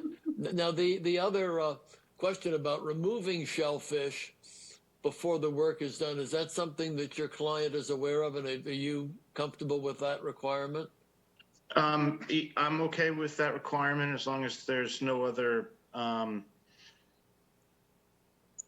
overly stringent requirements that go along with it. I'm sure that we could have our shellfish surveyor, Dave Ryan, go out there and do it if the commission is okay with that, or someone of equal qualifications. Well, it seems to me like there's no prohibition for returning shellfish there once the pier is done. That is sort of an open-ended issue, so I don't know whether that's something we need to consider or not, or whether if it was redistributed, would it be off to the sides rather than near where the pier is? So I don't think the client wants to be involved in reestablishing shellfish in the area, but if the requirement is just that they need shellfish removed, we're happy to hire Dave Ryan. We just want to make sure that it's not, we have to hire.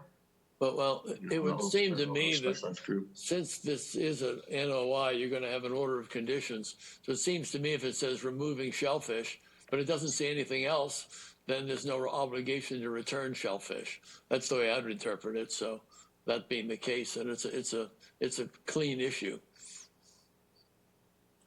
Thank you. I'd just like to put in here, Chuck, this is really easy. Anything deeper than that drop off into the muck is viable mercenary habitat. There weren't many there, and it's not high quality. So you take out the shellfish underneath where you're putting the dock proper, you move them to the side, and you're done with it. Sounds good. Yeah. Any other question from the commissioner? I just want to clarify that we do put a special condition in that he has to contact MEA, and they are the ones that decide about how the shellfish removal is going to be done and what happens to the shellfish. So. Okay. If there's no other questions, Chanowick, any public comment on this? If you are here to speak to this item, now is your time to speak.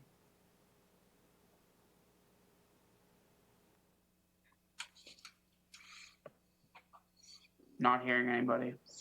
So a couple of things I just want to mention. This, I think Chuck also filled out that Chapter 703.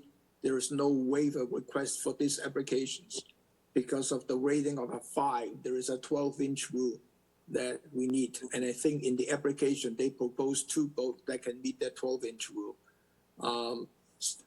Could I have a motion to approve this project as submitted with the conditions about contacting natural resource to remove the shellfish and how to dispose of the shellfish? So moved. Second. Roll call. Abadili, Aye. Kern, Aye. Lee, Aye. Shampoo, Aye.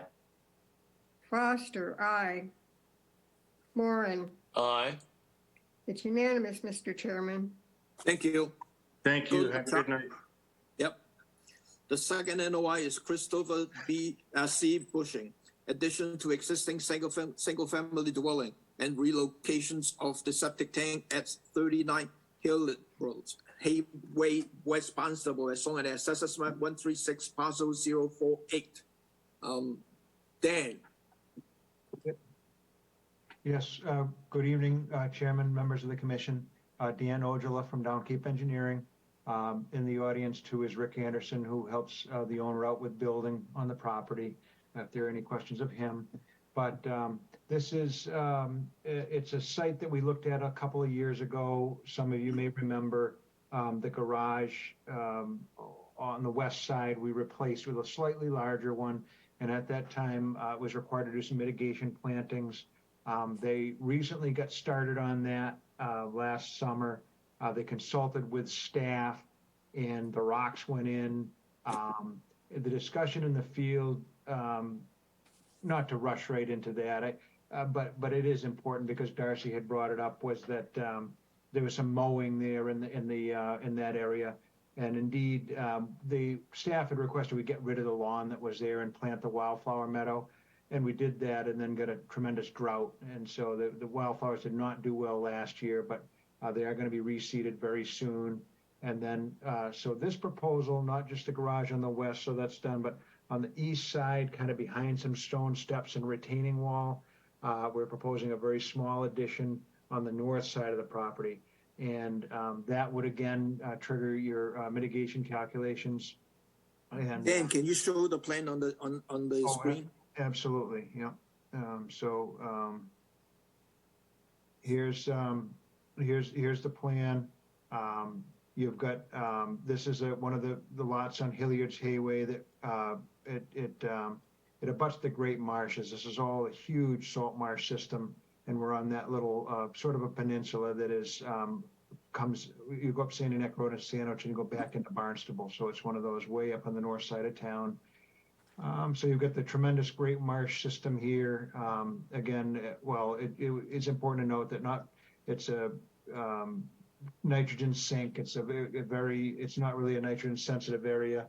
We do have on-site wells and septics and a little septic system. So the proposal is a small addition on the north side of the house. It is in a coastal bank. It's kind of a technical coastal bank. It's not one of these, eroding coastal bluffs. It's a very stable area. As I showed you, we're on the back side of the peninsula, so it's not subject to direct wave action. It's where the A zone hits, it's a 13, and it hits into a concrete wall and some steps. And behind that is the septic tank, is right in the addition area. And then to the east, it feathers out and flattens out a little bit, but it's still technically a state bank at the flood zone. And it's just steep enough to hit that 18%. So the town bank is a little bit above it. But again, that's a dry resource area. It would contain flood waters during a tremendous storm event. But recall even that big nor'easter that we had was elevation 10, so that wouldn't have even got up to there. It would have been down in the lawn. But in any event, it's behind a retaining wall. We don't think it's particularly hurtful to the environment in that it's in a developed area of the existing tank and near the septic system, behind a wall, away from about as far from the resource areas as you can be on the site. And so to mitigate it against it, and one of the problems with this is a very small lawn area.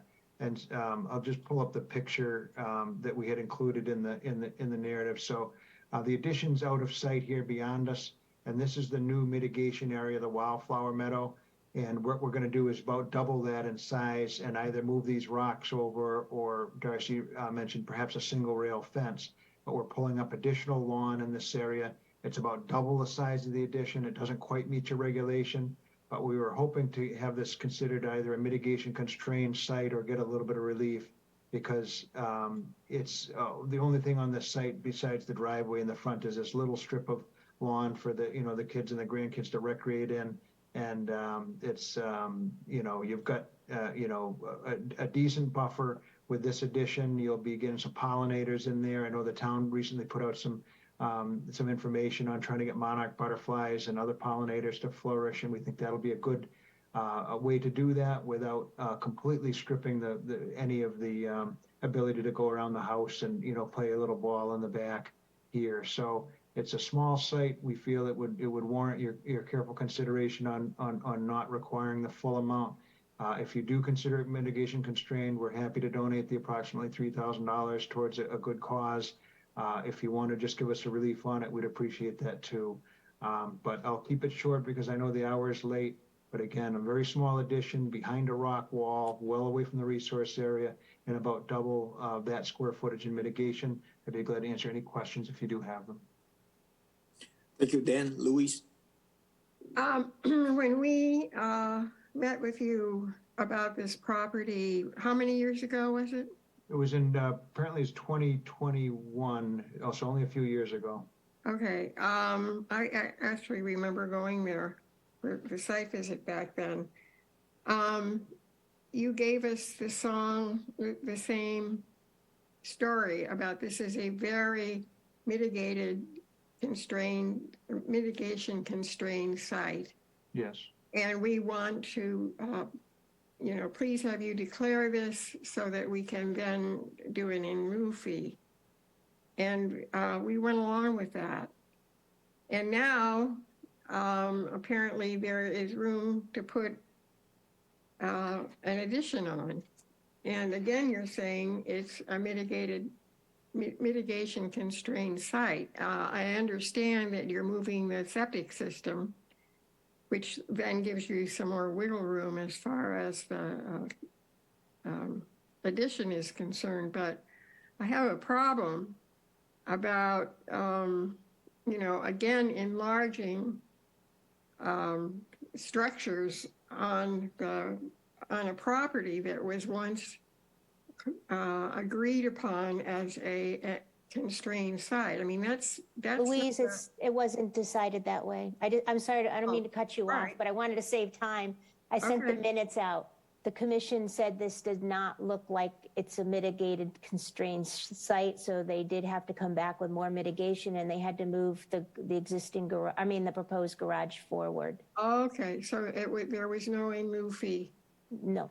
Okay. Yeah, we made to your point though, we did make that pitch, and the commission decided instead just to require a little bit more mitigation, but not the full amount. And we do appreciate your consideration on that, because the owner was heartbroken to lose his little strip of lawn, and he's heartbroken again, but he needs a little bit more space. So we're here to offer 800 more square feet, or 820, and hopefully that will nudge the commission towards approving. But again, we're at your mercy. Okay, well, I feel better. Thank you, Darcy. Yeah, Dan, in this area where you have the stones and potentially increasing the buffer or increasing your mitigation area there, I didn't get to this site, although I am aware of many of the homes out on this peninsula. There's not a lot of three-dimensional structure from these homes overlooking the Great Marsh. My question to you, Dan, is looking at this picture right here, on the right side of it, you've got a bunch of bush height vegetation, and then far away I can see what look like to be pine trees.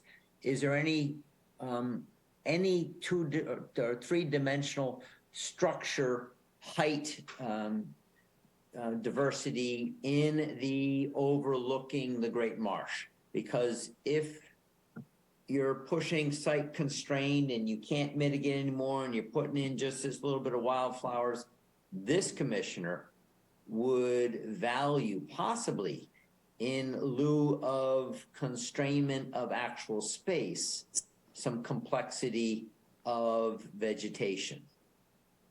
So that's a very good question.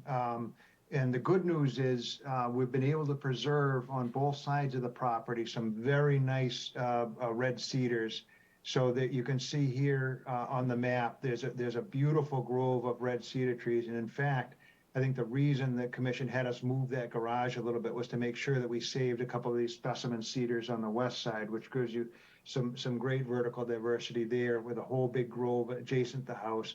And then you can see on the other side, this one will remain, of course, a nice big cedar over there that was probably just out of view in this.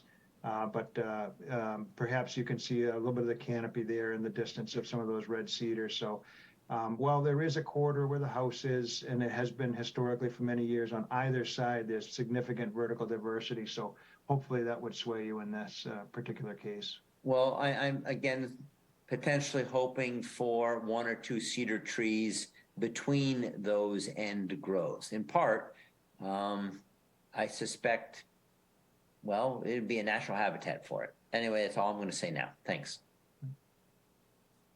Thanks, Pete. Looking at the plan here, and if you're looking at the corner on the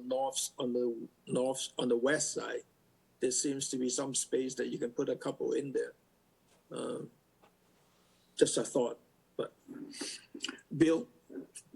The picture that shows the rocks and everything to the right of that line of rocks is the existing mitigation area for, as I understand it, past work.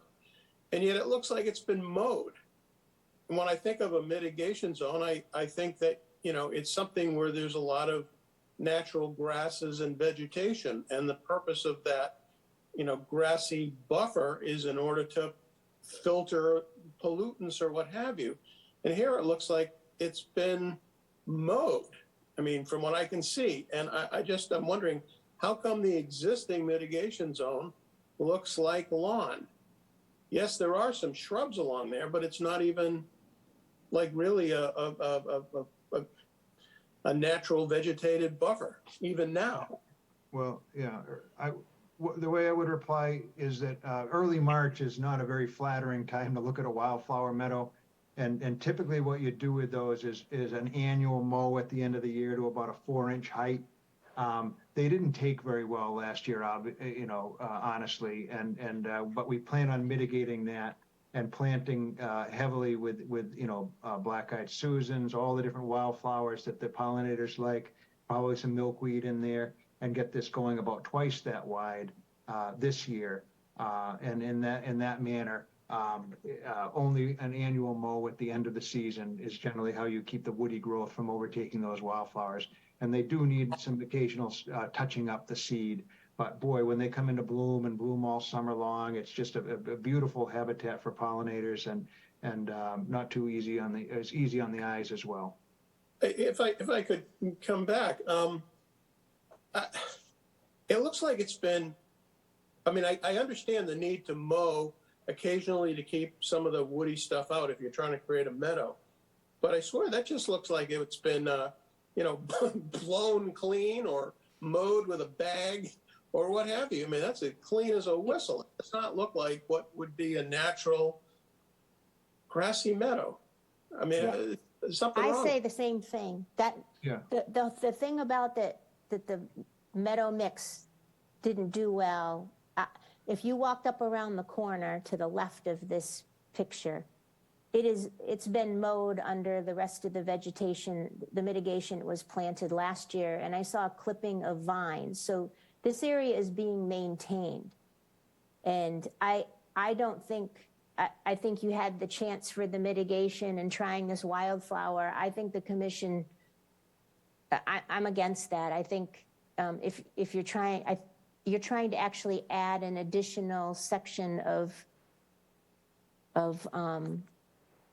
wildflower, like rolling the rocks out closer to the house. Is that what I'm getting? And then doing more of the wildflower area. It didn't work the first time. I think the property owner has to understand that when you demarcate an area for mitigation, it's a no-touch zone. It's not being asked to be managed, and it was clear in the last order of conditions that it's not to be mulched, it's not to be weeded, anything. And this is clearly being managed. And maybe instead of having the wildflowers, something has to be planted, like what Pete said. So I have a problem with this. I'm sorry I didn't get to see it until this afternoon, but that's my thoughts on that. So I would, through the chair, I understand that it doesn't look great right now, but honestly, this just went in May or June of last year. This, as you know, when you have order conditions, you have 3 years to do the work, so we're well within that period and hadn't really started the mitigation until June. And we actually had, I believe it was Emil, came out and looked at it, and Rick met with him, and they talked about what to do with the site. And I believe what he wanted to leave the lawn and let the wildflowers grow up through it. But Emil said, no, what we want to do there is scarify it and put in a more natural grass mix and then have the wildflowers come up through that. And they did do that, but it didn't take. So you're looking at just it was not a great summer, as you know, with the droughtiness to establish. And I think as soon as it is established, it'll come in much better this year. And I would really appreciate the chance. The pollinators is a super important part of the environment. And you do allow, if you look carefully at that condition, invasive removals within those buffer zones. That's one of the lines in there. So the owner wasn't aware of any trimming. He said that last fall there were some landscapers around, but again, yes, it's short because it was lawn until about this time last year. But then they did scarify it and attempt to grow. It didn't take, but we feel especially with a wider strip and the ability to mow through there, we'll have a beautiful wildflower meadow, and I've seen them in many occasions do very, very well. So we would like to do that and have it a try. We can certainly have a condition that if it doesn't work, that we can revert back to, blueberries or something else. But, I think we're looking at something that just hasn't had time to come in yet. Darcy or Dan, under the existing order conditions, was there an annual report component? So I'm not sure that there was, but there was a meeting on site about a year ago just to get it established. But we could certainly would be happy to comply with that if you'd like to put one in this next order. Just speaking out loud, you guys are thinking about and all that stuff, and I listened to Pete's comment about diversity and stuff like that. Plus, I'm wondering, I mean, a Luffy is only 3,000 something. Whether the homeowner can spend that money and grow some shrub and all that stuff in that area, as for the mitigation planting stuff. I just want to flow it out there. I mean, we can talk later, and then let the other commissioners chime in. Larry. I agree with almost all of you, which is probably a relief to you. I like the concept of varying a vegetation, both in terms of height and the type. My thought about a meadow in that area is kind of ineffective, not necessarily for the purposes, but it just doesn't do much. I'd rather see some trees at each end of the property, the top and the bottom, have some height to it. And I'd like to see if there's any other vegetation in here that grew up that the property owner could at a later time come back for a vista prune request if it takes off. But I'd rather see this whole area vegetated with a mixture of shrubbery, and we could have the stones or a split rail fence or some other demarcation, but having trees at each end, even around the corner up this way, would be beneficial. Now, the thing is, we're dealing with an existing order of conditions and a new order of conditions.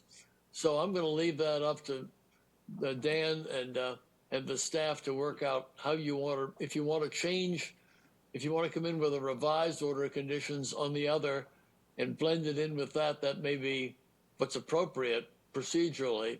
But so I'm adopting what Pete recommended. I'm looking at Bill's comments and thinking, maybe it was a good thing that this didn't take. Maybe you're going to come back with a better all-around planting scheme, and then Darcy doesn't then have to be concerned about it. So that's where I'm going with it, and I hope that that's a positive contribution. Thank you, Larry. Louise? I'm assuming that the order of conditions have not that part of the process has not happened for the first project, the way everybody is speaking? Yes, we have not come in for certificate of compliance on that yet.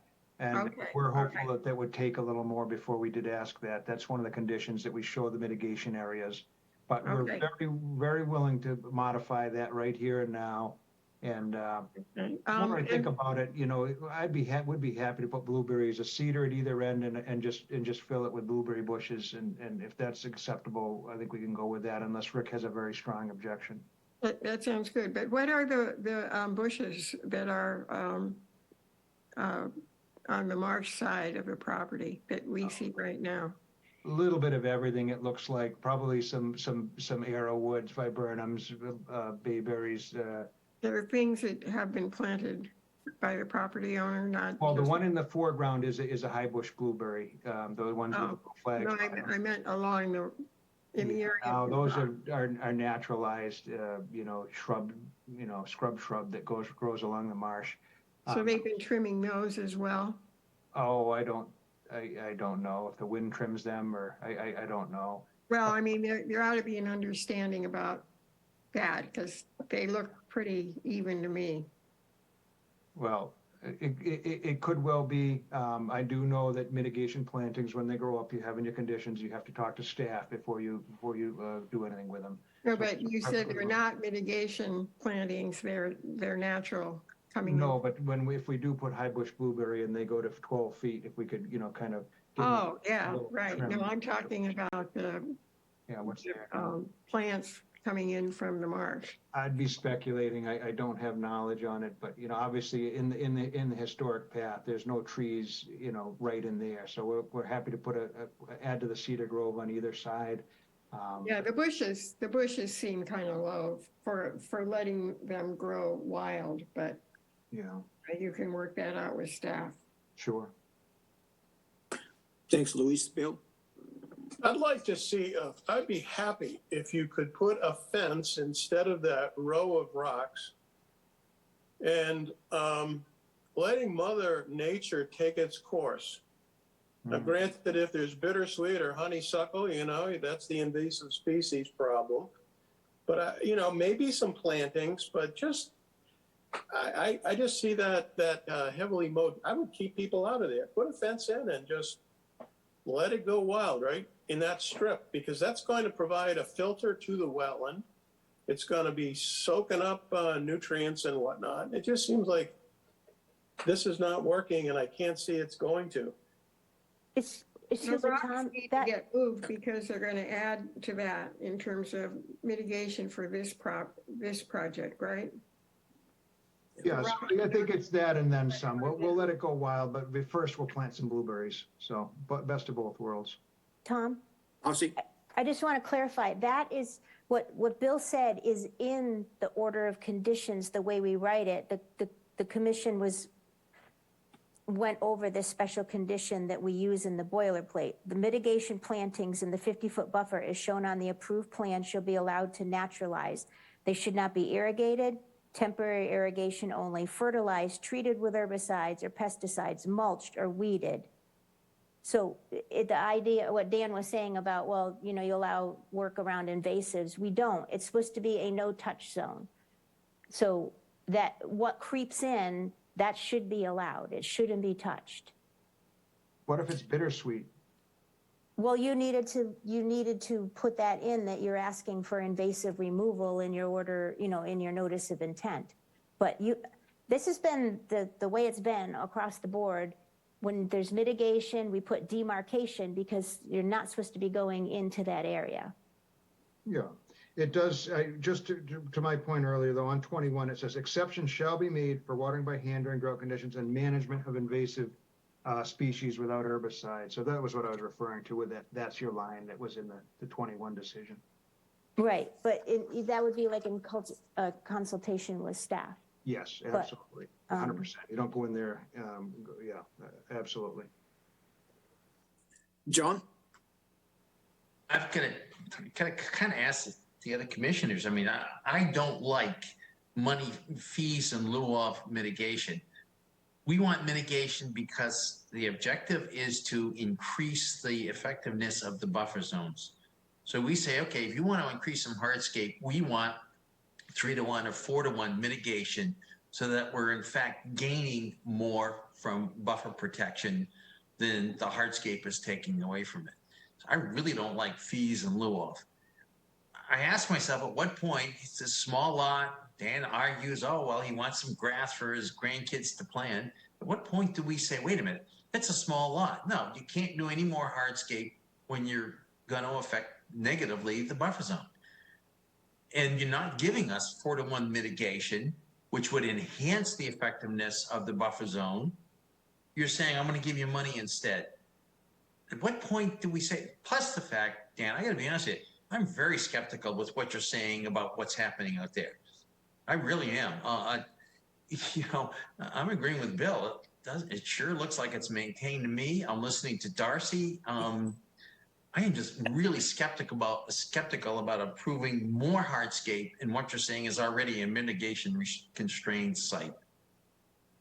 And then ask the other commissioners, at what point do we say, whoa, stop? It's a small lot. We gave you something. That's enough. Yeah, and it's clearly a judgment call. And what I would say is that, you know, you're getting about 2-to-1. So you're getting, you know, a nice benefit. And you know, if we were to go, you know, strictly per your rule, I think would be about 4 feet off the deck all the way around. So we'd have just the minuscule little way to get around the back of the deck. And, you know, I don't think it'd do the project. You know, it would be a real bummer for him. So, but isn't that a decision for the homeowner to say, gee, I better not increase my hardscape because I would lose so much grass? Isn't that a decision for the homeowner? Well, it absolutely is, but I mean, and I think the decision that he's leaning towards is that, you know, if we do 820 more square foot, and again, we'll put a cedar on both sides, so you get some vertical diversity that if we went away, you wouldn't get otherwise. Plus, you will get 820 square foot of new blueberries all along here.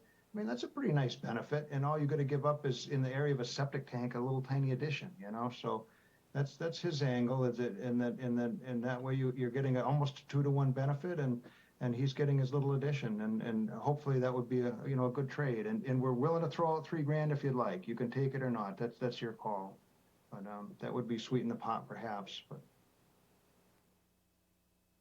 Bill, Is my flag up? your hands was up. It is. I don't see that. Okay. I didn't have. I guess I'm supportive of what John said. I mean, I do think that we should have mitigation. We could move it out some to the left of the rocks, have a fence, and let it grow wild. I mean, I didn't know my flag was up. I mean, I was looking at the screen and your hands was up. That's why I called. That's odd. Well, okay. Yeah, it's down now. Okay, Luis? Let's see, Darcy, when I was talking about my concern that an in lieu fee had been paid for the first project, did you say that a deal was struck in terms of the amount of mitigation that they actually put in last time? Or did I misunderstand? that was what happened. If I could help with that, is that because I remember I reviewed my notes in the file. I have the marked up plan. We came back and gave another 300 square feet. This is the plan. I have the marked up. We plus 369 square foot. We put in some rocks and we moved the building back 6 inches or so. And that's what we did. Well, did you end up giving us the mitigation, the full mitigation that we would have expected for the project or not last time? No, it was much less. Yeah, okay. Well, I mean, I think this supports what John was saying, that when do we get to a place where, you know, it's just too much for the size of the lot in terms of the amount of development that is being proposed. And so although we did not collect in lieu fee, and oh, by the way, I hate in lieu fees. I'm with John on that. We did not get the mitigation we deserved last time around. So, I look at this and I think it's up to the homeowner to decide whether the addition is worth the amount of give up that they would have to make in terms of the lawn. Well, I think you have to look at the resource area that's affected too. I mean, these great marshes are not particularly nitrogen sensitive. You know, they can take a little bit of nitrogen. They get greener if you give it to them. And there's a 9-foot flushing tide. We're not on the south side in some embayment where the lawn is 2 inches from Centerville River. This is the great marshes of West Barnstable, one of the finest and most pristine ecosystems, and it can take just a little bit. So. And we have this little tiny lawn, and boy, it just seems a little draconian to take every bit of that away from this poor gentleman. That all he wants is a little addition on the north side. I mean, it's definitely your call, but boy, that $3,000 could go somewhere else and probably do a lot more good than having a few extra plants here next to this gigantic salt marsh.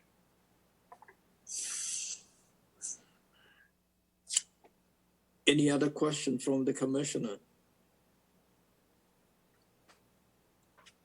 I'm not seeing any hand yet, so I think our question is pretty much done.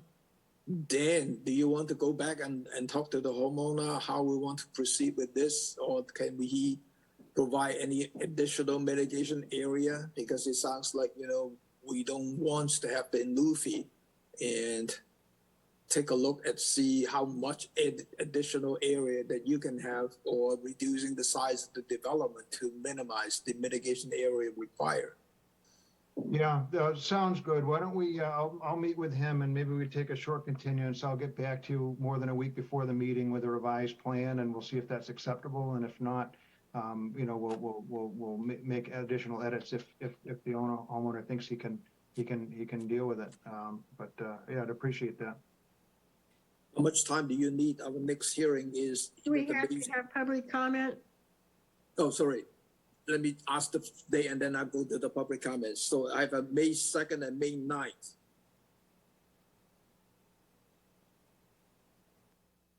And Dan?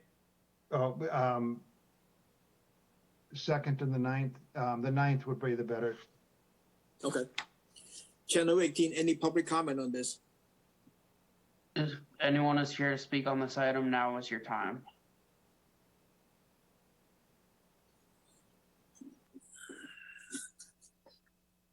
Hearing none. Could I have a motions to continue this to May the 9th? So moved. Second. Roll call. Zampu, Aye. Kern, Aye. Lee, Aye. Foster, aye. Abedili, Aye. Moran. Aye. It's unanimous, Mr. Chairman. Thank you. Dan, can you send the waiver form to Kim, please? Absolutely, and I appreciate your careful consideration on this, and we'll talk soon on it. Thank you. Okay. The last NOI is Richard and Judith O'Connor to construct swimming pool and patio along with other landscape features and pruning of understory of trees of the state defined the coastal bank at 70 High Street, West Barnstable, as shown on the assessors map 133 parcel 028-001. This is. Can you hear me? Wayne. Yeah. Hi. Can you speak up, Wayne, a little bit? Okay. Turn up the volume.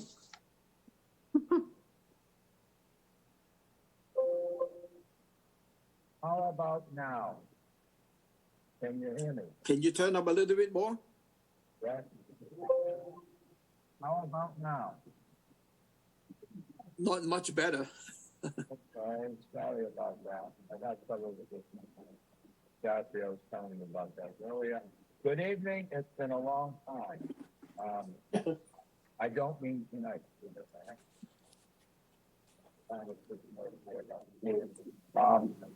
Okay. I have a project that is We have a survey plan that's stamped, that's here if you want to see it. It's stamped by Warwick and Sacred and Talmud, and it's actually underneath this plan. It's a little bit unusual, this the garden. So what we did is we looked through is the plan and quickly focusing upon the resource areas of the survey, of the survey plan.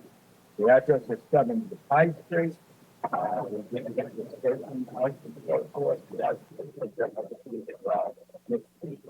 I want to run through this quick. I think that we should have him call in. It's very difficult to understand what he's saying. I'm going to another. I'm going to another computer. Okay, bear with me. Oh, you want to call the telephone or cell phone to call in to give a better sound?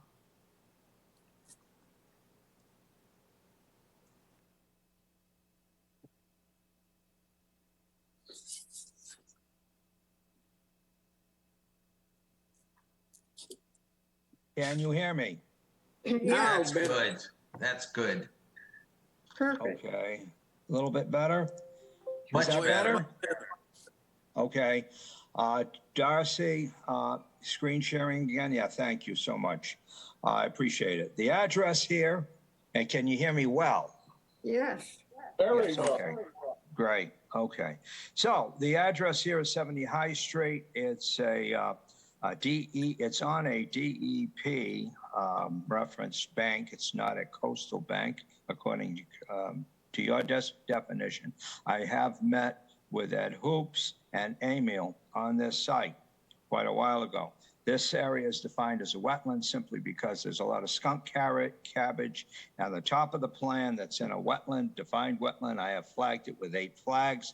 That is the line in the sand on this project. So as we come inward 50 feet, we staked out the 50-foot zone, and the 50-foot zone is, let me reduce this. The 50-foot zone is the area between the top of this bank and thank you, Darcy. That's a good thing. It goes right through the existing fire pit, which you can see in the middle of the plan. That fire pit is to be moved to the right and below and outside of the 50-foot zone at the bottom of those steps. So everything that's done in the 50 feet, with the exception of this little tiny planting area, is outside of 50 feet. The main thrust of this project is to provide a patio area all along the top. There is a pre-existing stone wall that exists here. That stone wall needs 2 return walls on either end in order to retain the upper grade. And a bluestone patio would be installed along with some steps for egress out the back. The total area of this 1,100 square feet and a little pool on the other side is 325 square feet of coverage. It's all outside of the 50-foot zone. What we're attempting to do is to mitigate this. When we talked to Ed, Ed said, make sure you do the mitigation from the 50 to the 100-foot zone in a 3-to-1 basis. So we have a huge shaded area that's along the top of the bank and runs up the property lines on one side and right up to the tree line on the other. No trees shall be removed. We have a planting list, a mitigation list. Maybe Darcy could blow that up a little bit so we could read it. Sorry.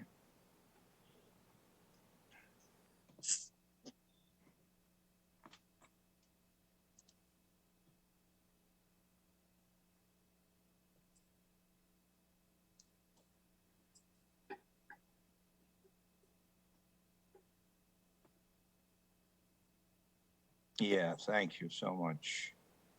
And there's a list of the amount of plants to cover 4,700 square feet. Now, bear in mind, the removal of 1,400 square feet to do some hardscaping and ornamental planting in the 50 to 100 foot zone is to be offset with 4,700 square feet of mitigation. Also in here as part of sort of a hidden obligation is mitigation, I should say, is the fact that over 6,000 square feet of lawn is to be removed and removed permanently. So that's a sort of an added benefit here in both sense. The watershed area is the same. There is no change in slope. The slope that's there for those commissioners who have visited. I know Larry Moran called. I know he visited the site. I think that Louise might have visited the site on Thursday. I'm not sure, but I had it all flagged. There is an existing wall that clearly separates the upper level from the lower level. The lower level is almost all in the 50-foot zone. The upper area is all in the 50 to 100-foot zone. We believe this is a good project to bring forward to you. We asked a couple other things. We've asked for the pruning on the coastal bank.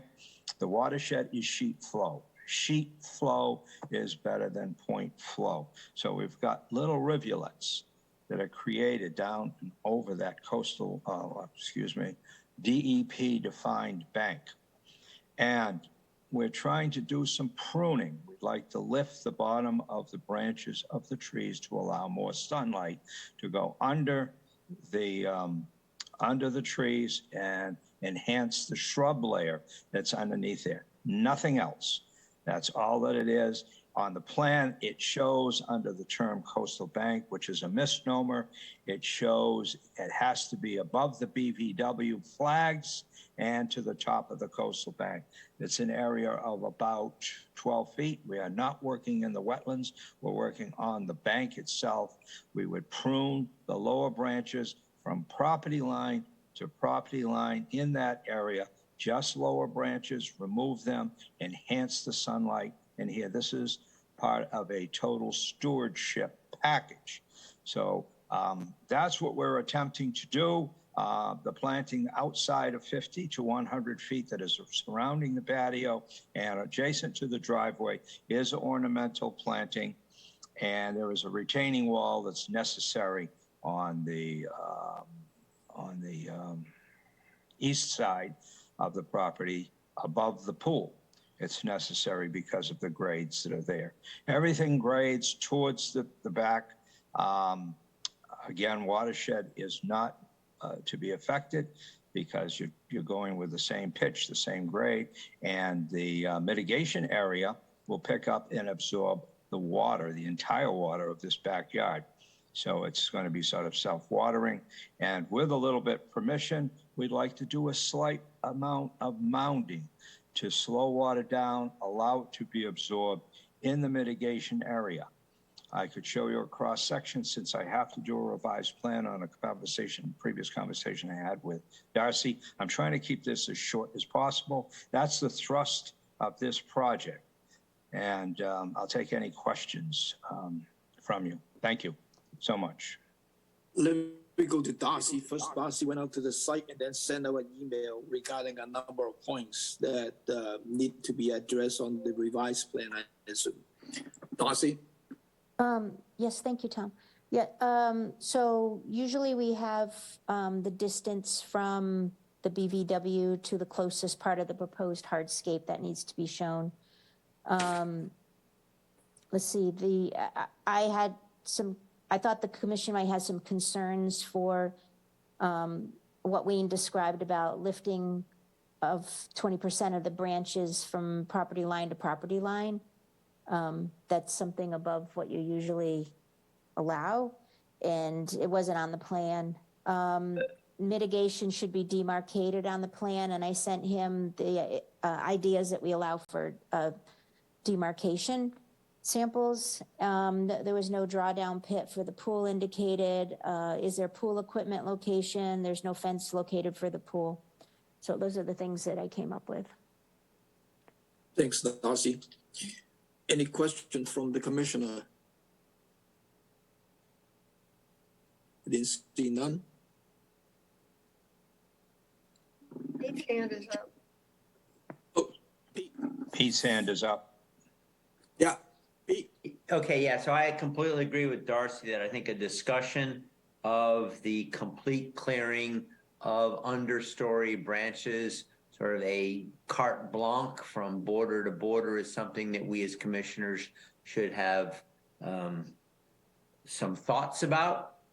And yeah, I think that needs to be discussed. Okay. If you want me to discuss it right now, we get good arborists, certified arborists to come in, and they lift generally the lower branches of the trees that are there. There is some tupelo, there's black oak, there's white oak. They were all on the wet form that I gave to Ed Hoops as far as my my report when I flagged the wetland. And those trees have some lower branches. We're just trying to raise it. I would say 20, it's not 20 feet we're trying to raise it. All we're trying to raise it is enough to get a shrub layer in there. That shrub layer would be, since they only grow to 6 to say 12 feet underneath, we're trying to get up 15 feet with the lower branches. So you're talking each tree, when I look at them, probably about 5 branches each tree come down, the lower branches. We're not trying to do a fine pruning. It's not a select pruning. It's a lifting of those branches. We can tie a rope. We can climb a tree, tie a rope to what the height is. And that's basically what we're trying to do. It gets more sunlight in through there. It has a nice exposure for sunlight if it's allowed to get in through that area. And bear in mind, this is not a vista clearing. It has nothing to do with that because you're looking down at skunk cabbage right now. And even when the leaves come out, the mitigation planting that is in front of that is of such a type that it will fill in that scope, that vista that you might think I'm going for. I'm not going for vista. This is for sunlight enhancement of the shrubs that are there simply because of the slight erosion that's going on. That's it. I hope I answered that. Okay. So Wayne, this is kind of like an experiment that we have not done that before. And I'm wondering whether, you know, if you try a, let's say, 20 feet wide and see how it goes, and whether if that is successful, would that be, and then would, you know, satisfy us, and then, you know, we can move it forward with the other area. Was that something doable? Oh, that's great. Yeah, no, I think the owner would be very, this is a back burner item. This is an item I use. I tell the owners to go for full stewardship of a property.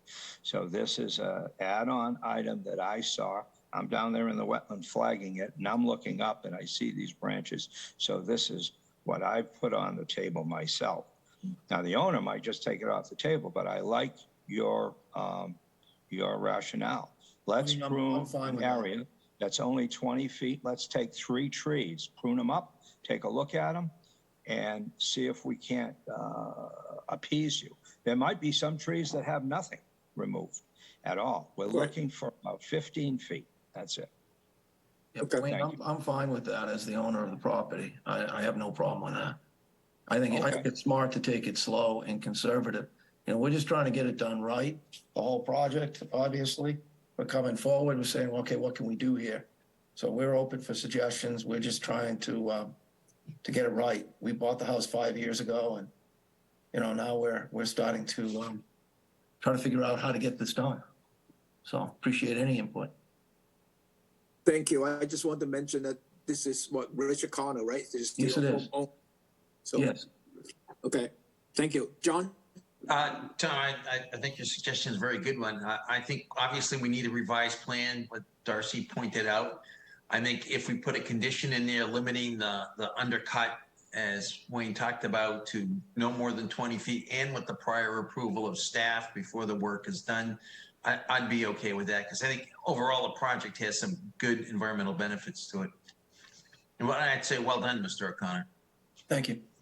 Thank you. As I said, we're just trying to do it right from the start. Any other questions from the commissioner? Hearing none. Channel 18, any public comment on this? If you're here to speak on this item, now is your time.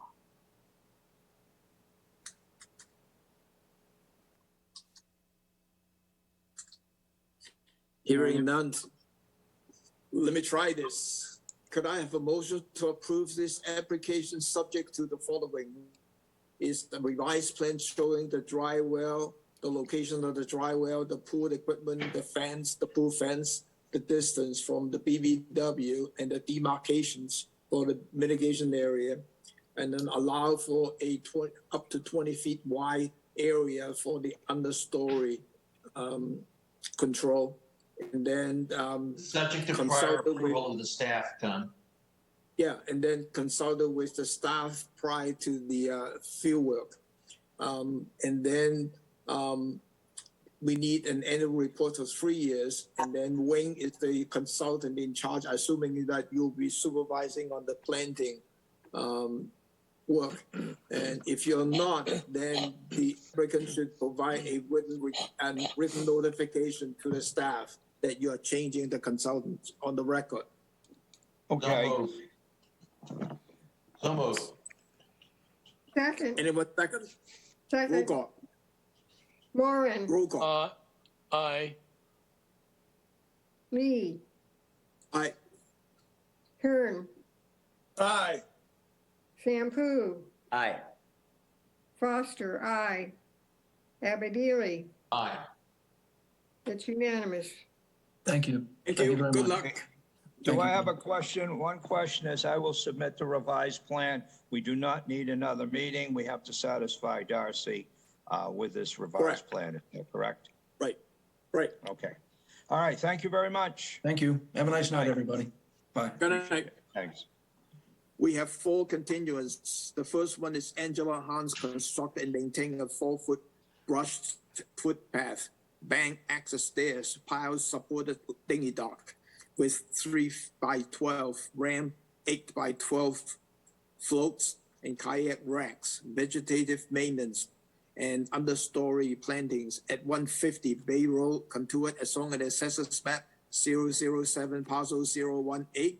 This is a continuance for March 28th, and we have received the NHGSP letter, and the quorum is everyone. No, I'm not sure that I'm on that, Tom. We didn't open. Louise? I'm on it. No, am I on it? I don't think I am. I'm sorry, I wasn't given any information. Okay. If I might, nobody's had any presentation on this to date, Well, then John. you're on the quorum. Oh, it never opened. Never. opened. Oh, well, that's easy. Thank you. Thanks, Arlene. Because at the time, the site was at stake, so it was continuous. Okay. Okay. Okay. Darcy, Arlene. Arlene. That's okay. It's getting late.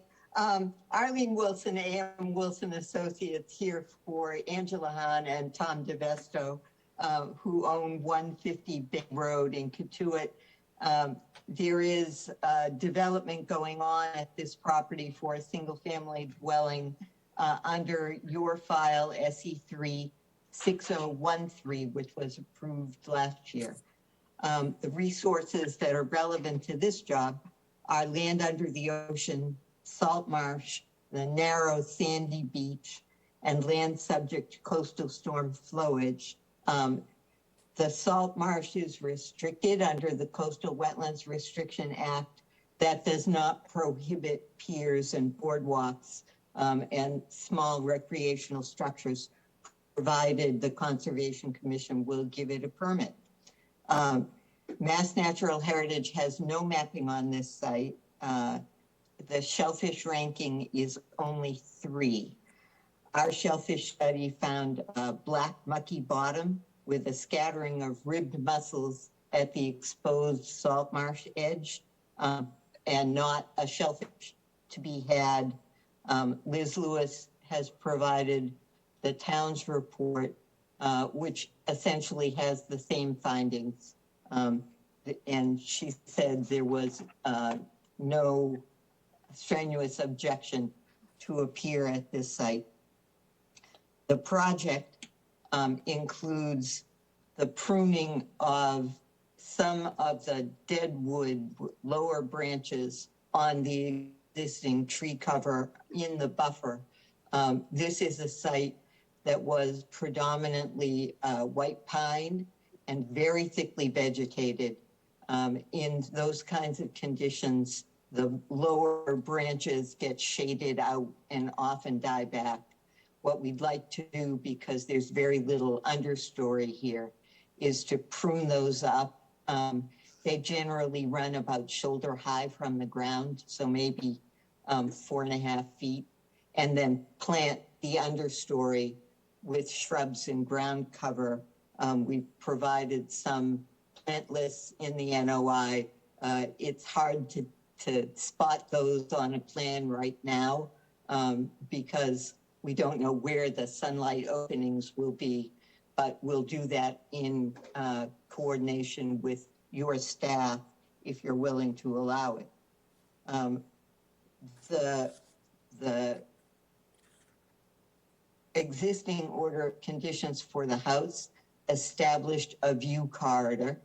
It seemed reasonable to us to avoid further alterations in the buffer zone by utilizing the area that's the view shed corridor to put in the path, the stairs, and the pier.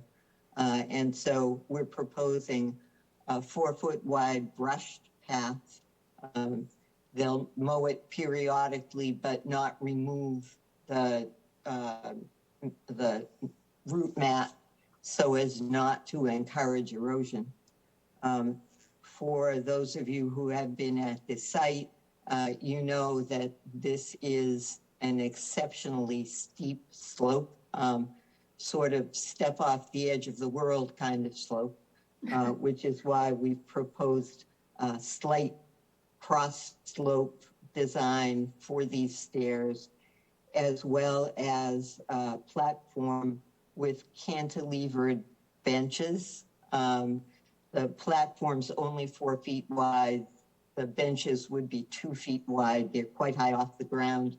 But for those of us who are getting old or who are experiencing problems with back or hips or knees, having a place to rest halfway up that slope is probably important.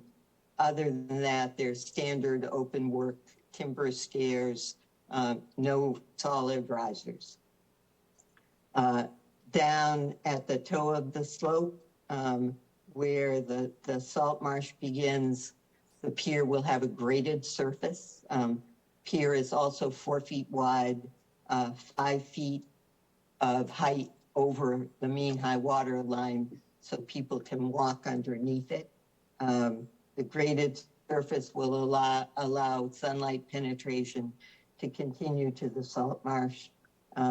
There are a couple of kayak racks on either side of the pier. The float is only 8 by 12. There's very little depth of water here. So this is just a dinghy dock.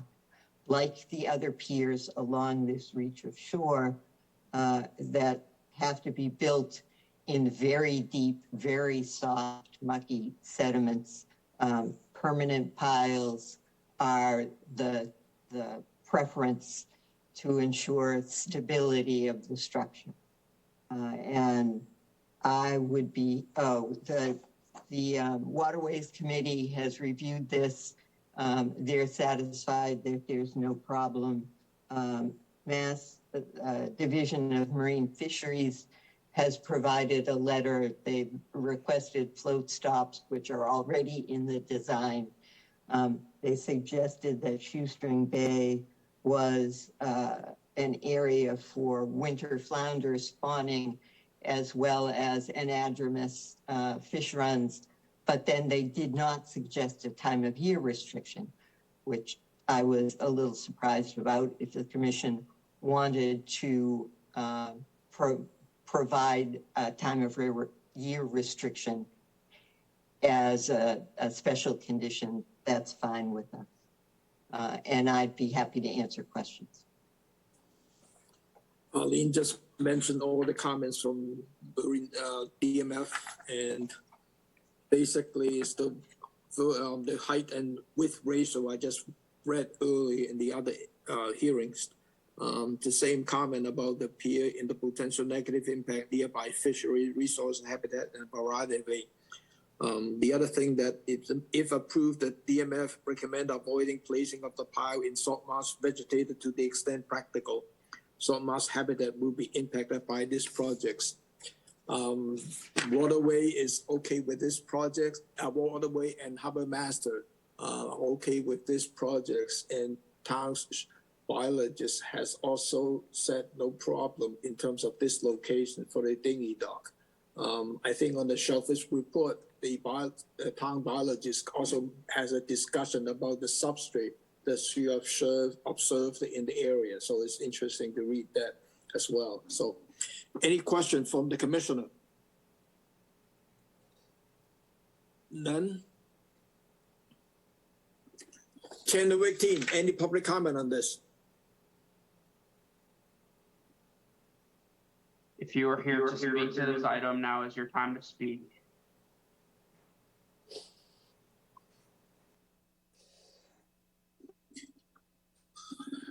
Could I have a motion to approve this project as submitted? So moved. Second, Roll call. Abbott-Ely, Aye. Kern, Aye. Sampu, Aye. Moran, Aye. Foster, aye. Lee, Aye. it's unanimous. Thank you. Good luck. Thank you. The second continuance is Robert Willett, proposed construction of a deck and associated stairway access at 31 Pine Avenue, Hyannis, as shown in the Assessors Maps 289, parcel 119-001. This is a continuance for March 28th. Cameron. Yes, good evening, Commission. This is Cameron Larson with Environmental Consulting and Restoration, here to present the notice of intent for 31 Payne Ave, representing Robert Willett, the applicant of the project.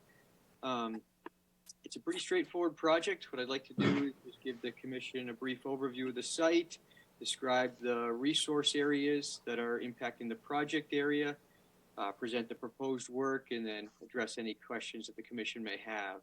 If it's okay with the chair, I'd like to share my screen. I can pull the plan up for us. Yes, please.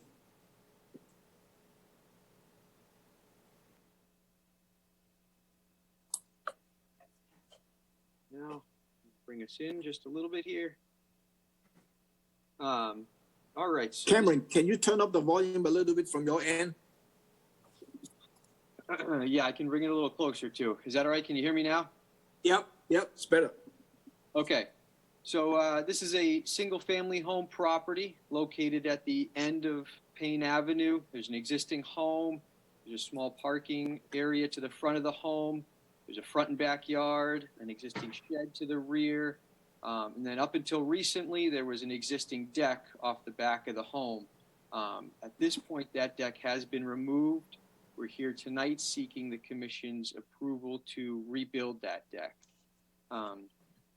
The site does contain a bordering vegetated wetland seen along the right side of this plan. It also contains a coastal bank.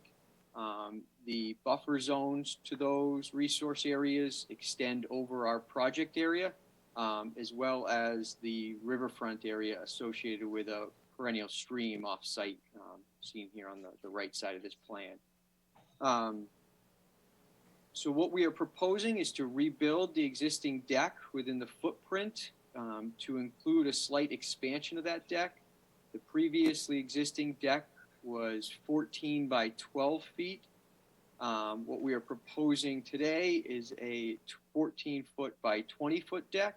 So there'll be a net increase of 112 square feet of decking within the Commission's jurisdiction.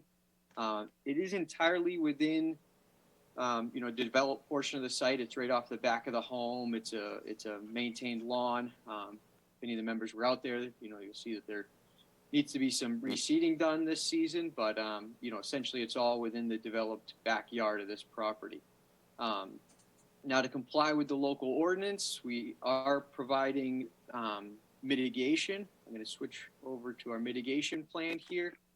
We're providing mitigation per the ordinance at a 4-to-1 ratio as compared to the deck expansion, which gives us a total of 448 square feet of mitigation.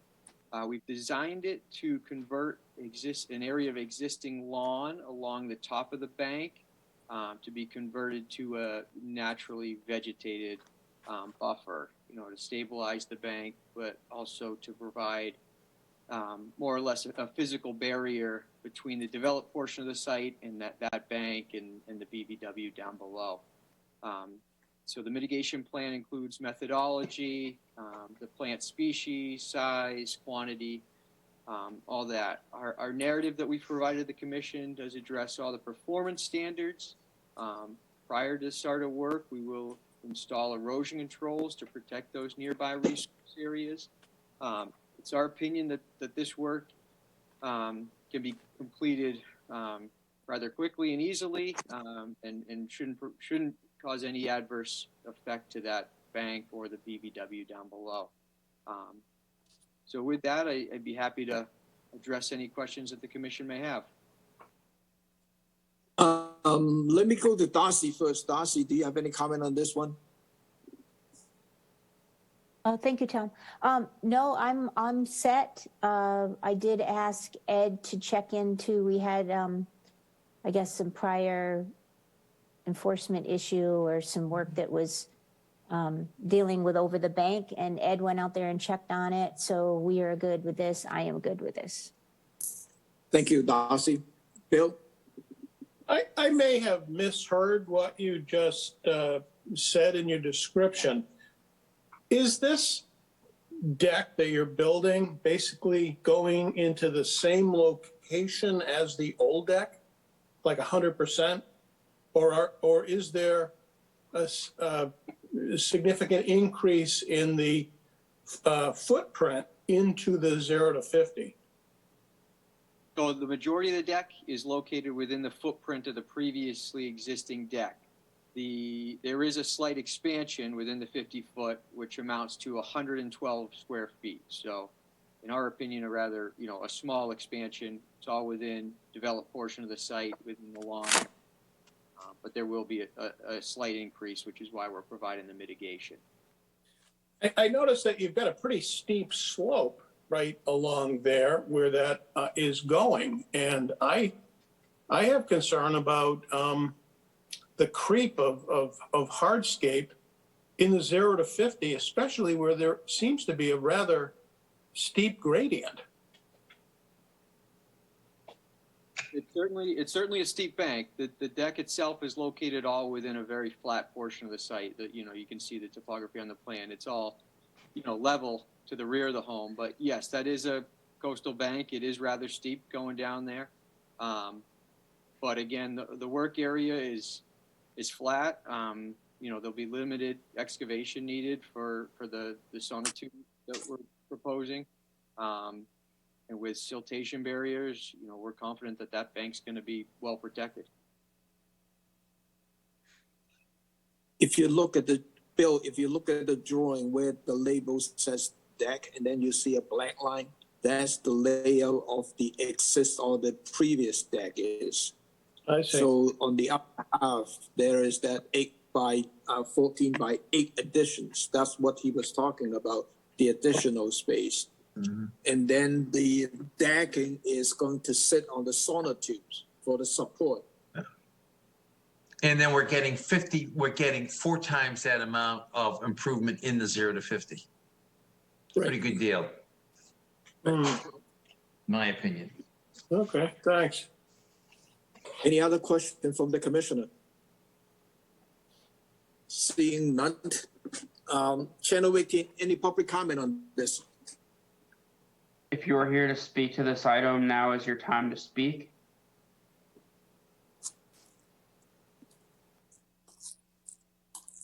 Hearing none. Could I have a motion to approve this project as submitted? So moved. Second. Roll call. Foster, aye. Abedili, Aye.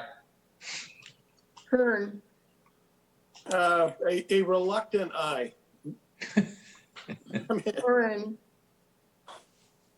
Moran, Aye. I didn't hear you call my name. Aye. Sampu, Aye. Lee. Aye. It's unanimous. Thank you. Good luck. Thank you, Commission. Have a good night. The next continue is Thomas Keene. Remove and replace existing deck with new deck. A 2-foot extension is proposed on this west side with repurpose of the existing solid at 160 Hackensack Road, Sandyville, as shown on the assessors maps 252, parcel 144. This is a continuance from April the 11th. We approved the projects, but we are waiting for the NHGSP letter. So far, we're still waiting for the NHGSP letter. Darcy, did you talk to the applicant about taking a continuance to May 9th? Dave Flaherty's present. You can ask Dave? him. Yes, hi, Mr. Chair. Yes. Excuse me, Mr. Flaherty, before you go, I don't think I'm on this one either, Tom. Is that correct? Correct. This was already approved, though. Yeah, no, but I can't vote on it It's, now because I wasn't part of the yeah. first hearing. Right, right. Okay, thank So you. John Sorry to is bother not you, on the Mr. Flaherty. quorum. No problem. Yeah, we're just waiting for that letter. Unfortunately, we haven't gotten it, but I'd like to request a continuance to May 9th. Hopefully by then we'll have something. I'll be calling them tomorrow to see what the status is. Okay. And we also need that waiver form from you as well. Yes, I'll get a new one for you. Okay. Could I have a motion to continuance this to May the 9th without testimony? So moved. Second, Roll call. Moran, Aye.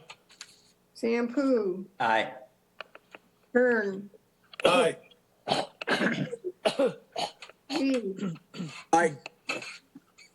Foster, aye. It's 5 votes yes, 0 votes no, so it's unanimous. Thank you for your time. Yep. Thank you, Dave. The last continuance, JMS Holdings LLC, modification of existing pier by converting from post to pile supports with no change in footprint at 134 South Bay Road, Osterville, as shown in the assessors map 093 parcel 064. This is continuous from April the 11th.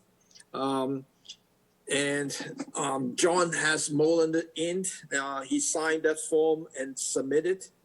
So John can join the quorum. And George is not here tonight. So Arlene. Good evening again. Arlene Wilson, AM Wilson Associates, here for JMS Holdings. Since the first hearing on this was only 2 weeks ago, I think rather than go back through the presentation from last time, if the commission is all right with this, considering the hour, I will try and answer some of the questions that came up at that hearing instead. There was an issue about whether we wanted to continue the conditions from the original pier order of conditions for the Ohanians. That included what we believe to be a vested right to have 12 inches or 1 foot of freeboard under whatever boat is berthed at this site. And to the extent that you wanted that verbalized, we've provided that in a letter, and I will confirm that we absolutely do want to continue that allowance.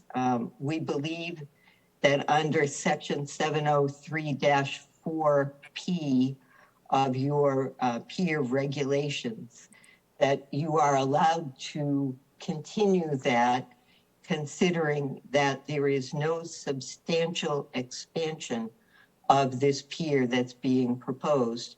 In fact, there's no expansion at all being proposed. The existing and proposed pier, because they are both in the same footprint, we believe meet most of the design standards of 703-4 with a couple of exceptions. The first is an exception to J-1, which is the allowable length of the structure. It would be 94 feet beyond mean low water. The original permit allowed the Ohanians to have a pier that extended about 100 feet beyond mean low water. Mean low water has migrated landward in the 20 some odd years since that pier was approved. And so the distance to mean low water is greater now than it was when the Ohanian Pier was approved, but the pier footprint itself hasn't changed, just the conditions around it. Section L of 703-4 requires a pier to be centered on the property. Clearly, the Ohanian Pier was authorized off-center. In doing that, it's located in an area which avoided salt marsh impacts, as we are proposing to maintain the same location and footprint. We would like that to continue. And M of that section would require 30 inches under a boat because the site was ranked as a 9 when the Ohanian Pier was approved. It is still a 9, but the agreement with the commission that resulted in the order allowed 12 inches under the boat. The site is still mapped as a 9 in spite of the fact that the pier has been there, and the shellfish report that was done for JMS Holdings by Megalodon, that's Pam Newbert's company, shows that there really has been no diminution of the resource, either in terms of sedimentology or in terms of population densities for shellfish, in spite of the fact that the pier has been here now for 20 some odd years. So to the extent that the commission believes that it will be necessary to issue waivers to continue the pier in the same footprint and location, we are asking for those waivers to be granted. You had asked about the applicant's boat. It is my understanding, based on discussions with him, that at the moment he is between boats. He has said that he will meet the 12-inch requirement and is happy to provide you with specifications for the boat to prove that will be done at the time when he settles on what his new boat will be. This will not be the first time the commission has allowed that kind of procedure, and we would request permission to do that now. As to the recreational interest, which was discussed at the last meeting, it was alleged that there was a town way to water on the south side of Little Island off of South Bay Road. That is not true. We have provided the commission with the town's own map showing the ways to water in Osterville and the rest of the town. There is no way to water noted on that particular plan. South Bay Road is a private road. We have also provided today, and I apologize for the lateness of that submission, but we have provided the map of private and public ways in the town. You will notice that South Bay Road is noted as a private way. There is an extension of South Bay Road that runs to the south that is part of the subdivision layout, but it was a section of road that has never been constructed. Because it's a private road, the land under that paper street is privately held. No one has rights to use it except the people within the subdivision itself. In Liz Lewis's letter of yesterday, she asserts that that is an access that's used for shell fishing, that people park on South Bay Road. We've provided you with photographs of South Bay Road. I sent Diane, my poor daughter, down to take those pictures this morning. One of the pictures has a FedEx delivery truck, which you will notice takes up essentially the entire width of the pavement. Furthermore, the people who live along the road have brought their landscaping right up to the paved edge. There are places where there are cobble edgings. There are mature trees that exist within a foot or so of the paved surface. There is no place to park on South Bay Road. And anybody who is using that access who is not an owner in the subdivision, unfortunately, is really trespassing. Consequently, my original statements about access on foot for recreational shellfishing in this area stand. There is no place for a recreational shellfisherman to legally access the south shore of Little Island. The nearest access is Bridge Street. You cannot walk across the channel at the Oyster Harbor's drawbridge. It is simply too deep. So the real access here for shellfishing is by boat.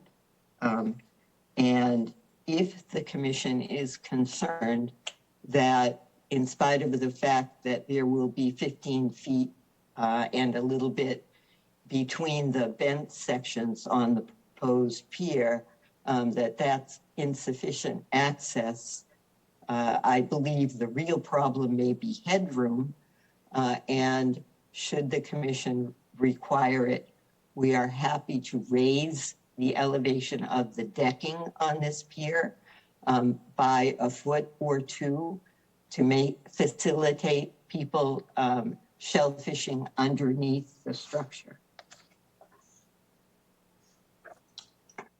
We believe the pier is not an impediment to navigation. Navigation is actually the purview of the Division of Waterways under Chapter 91. That was confirmed by the Fafford decision. All of you, or some of you, may remember, I'm sure John remembers, so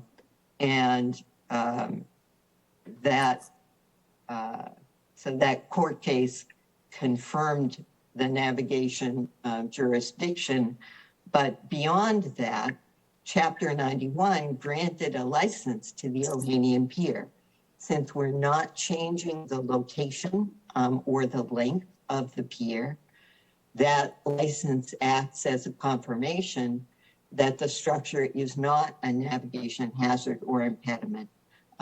Using the same footprint and location means that it will continue not to be a navigation issue. The calculated impact for the usurpation of good shellfish bottom habitat, we've calculated using the North Carolina engineering study, for which we provided the summary information to the commission for the record.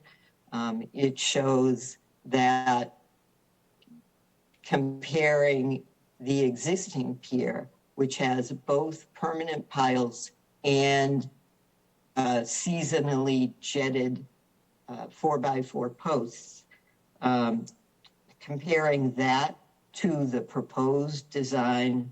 The proposed design actually takes up several square feet less in terms of bottom impact than the existing pier. The Shellfish Advisory Committee has now reviewed this application. They had no comments.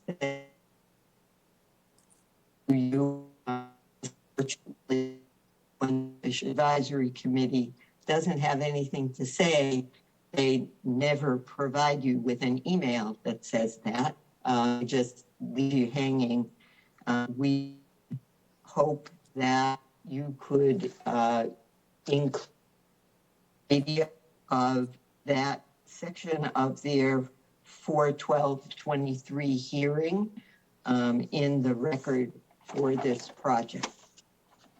We received the town shellfish report for this project yesterday afternoon from the commission's agenda website. The findings on sedimentology, species, and population numbers are consistent with the shellfish study that was done for the project by Megalodon. We would note that the resource exists where the piers and boat use have also existed for a couple of decades now.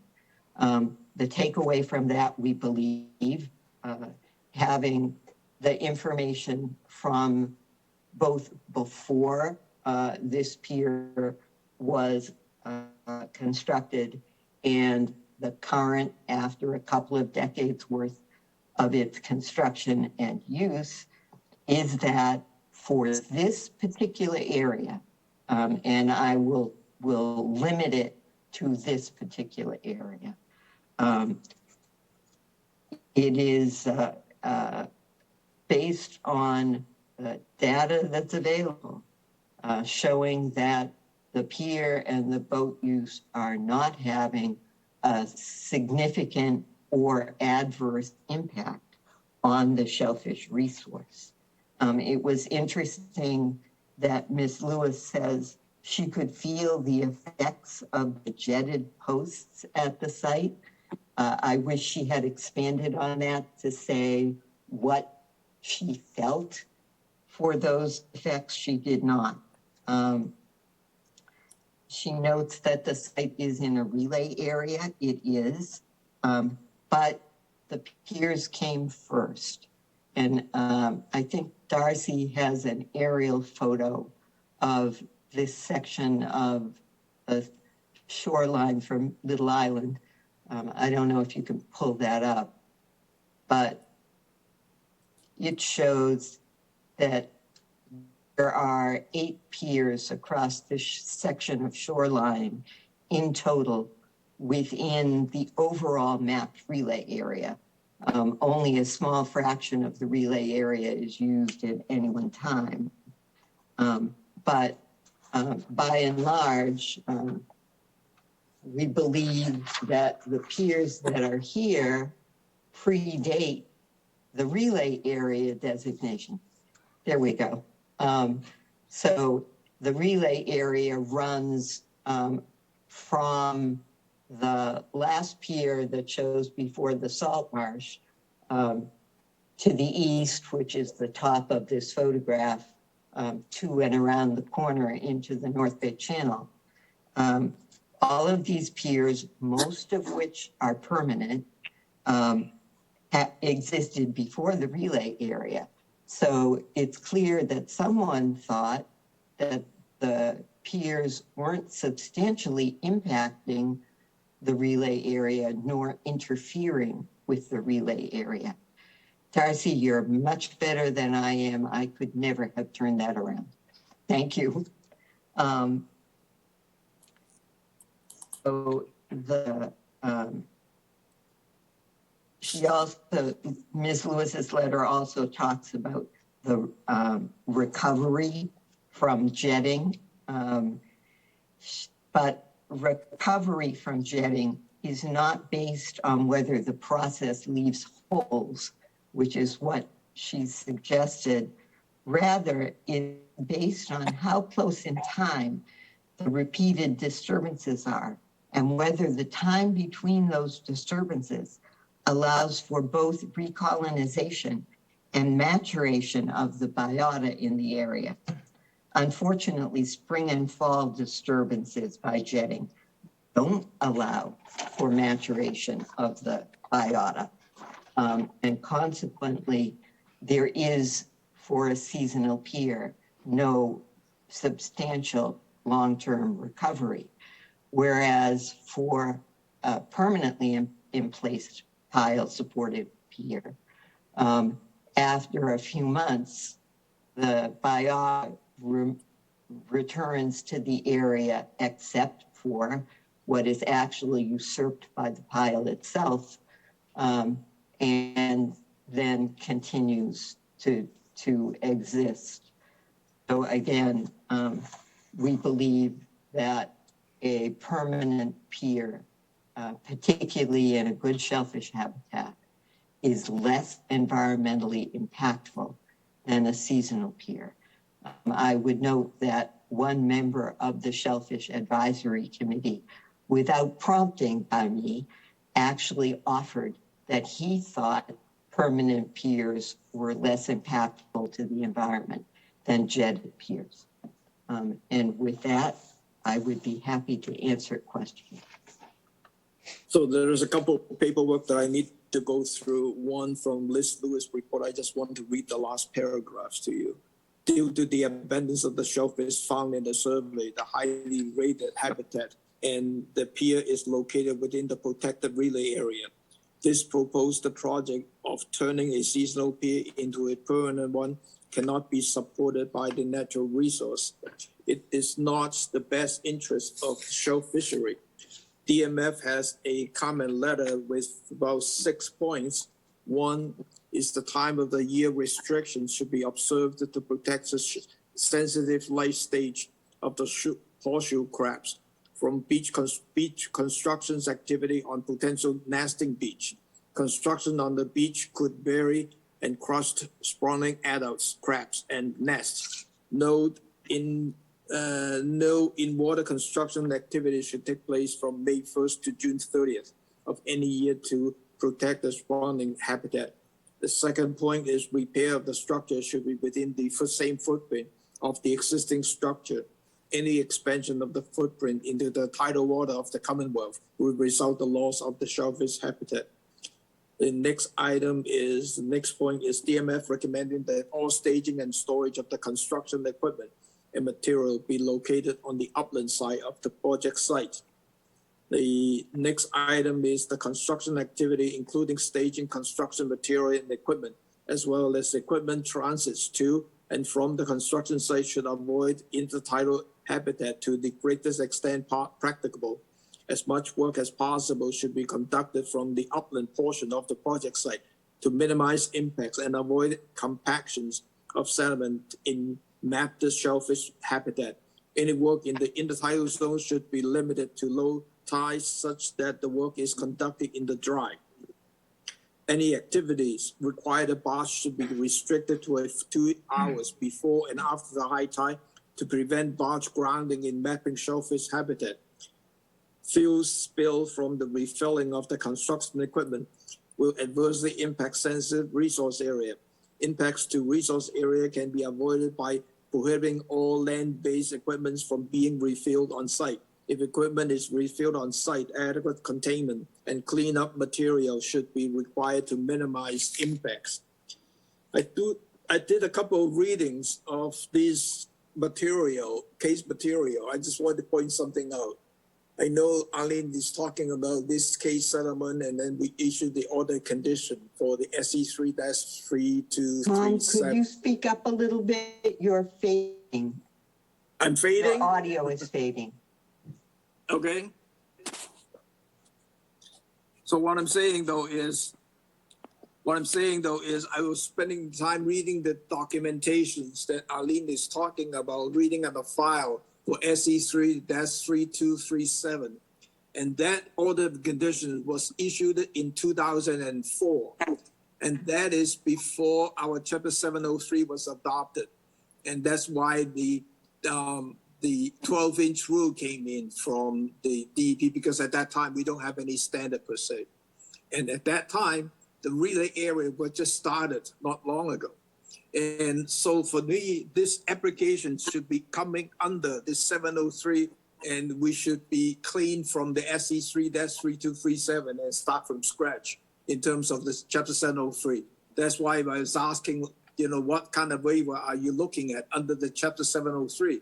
And so that's why Arlene is looking at that, you know, the waiver for 703-4J1 for the pier length, and 703-4L for the required center of the shoreline frontage. But the most important thing though is, you know, under 703, is this a substantial change of the pier that would require a 30-inch rule for this significant shellfish area?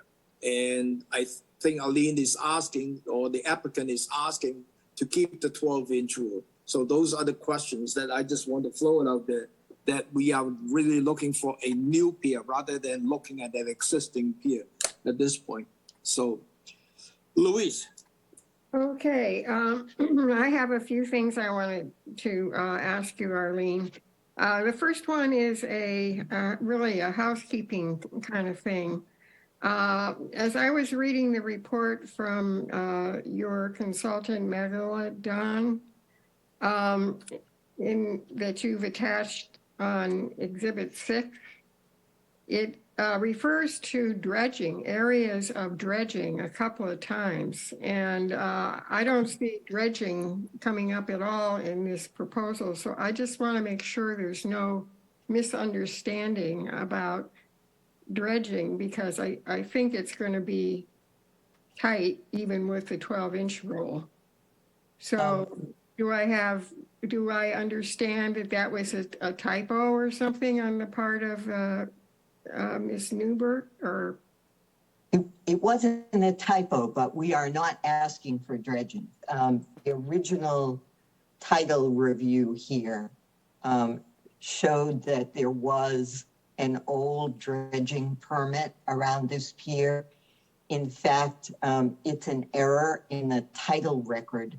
There is a pier 2 doors to the east that was the original house before the subdivision was created.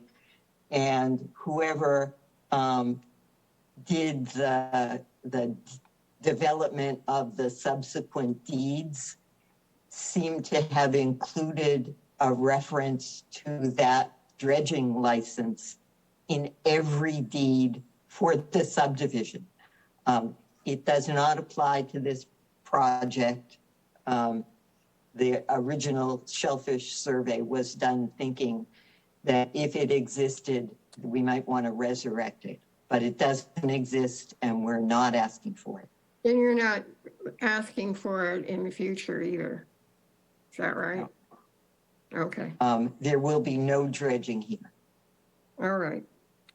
The other thing is I was looking at the report from University of North Carolina, and I don't see a formula in this that allows you to be calculating the annulus around jet driven piles. So where did you get that formula?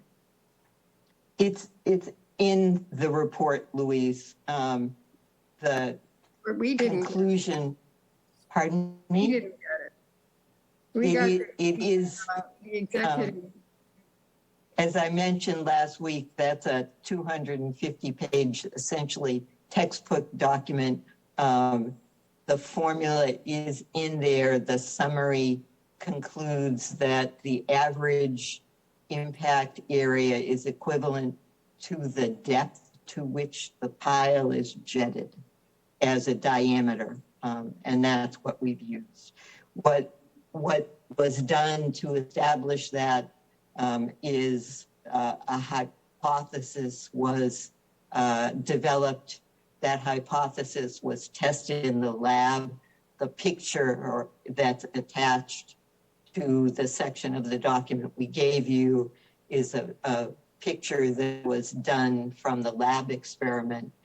The lab experiments were then taken out in the field to 3 different locations and tested against the lab developed formula and hypothesis. And they concluded that it was correct, that was what happened. Right. Well, let me see. In reading the executive summary of this, they talk about various influences on the bottom line of their calculations. And one of the big factors is the size of the grains of material that are displaced during the jetting process. In fact, they even give some numbers in terms of, I think if you multiply the grain size by 3, you end up doubling the size of annulus around the piling.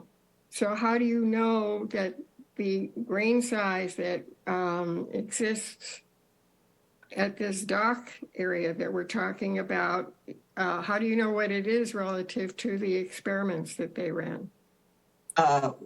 One of the sets of tests and locations that they used was in what's called concrete sand. That's generally medium sand, which is equivalent to what's at this site. You're sure of that? Yes.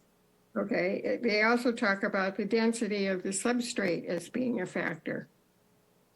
And also the depth of the piling, and also the flow rate of the pressure of the water going in. It seems to me that there are a number of question marks in terms of factors that they list as being key to the annulus size.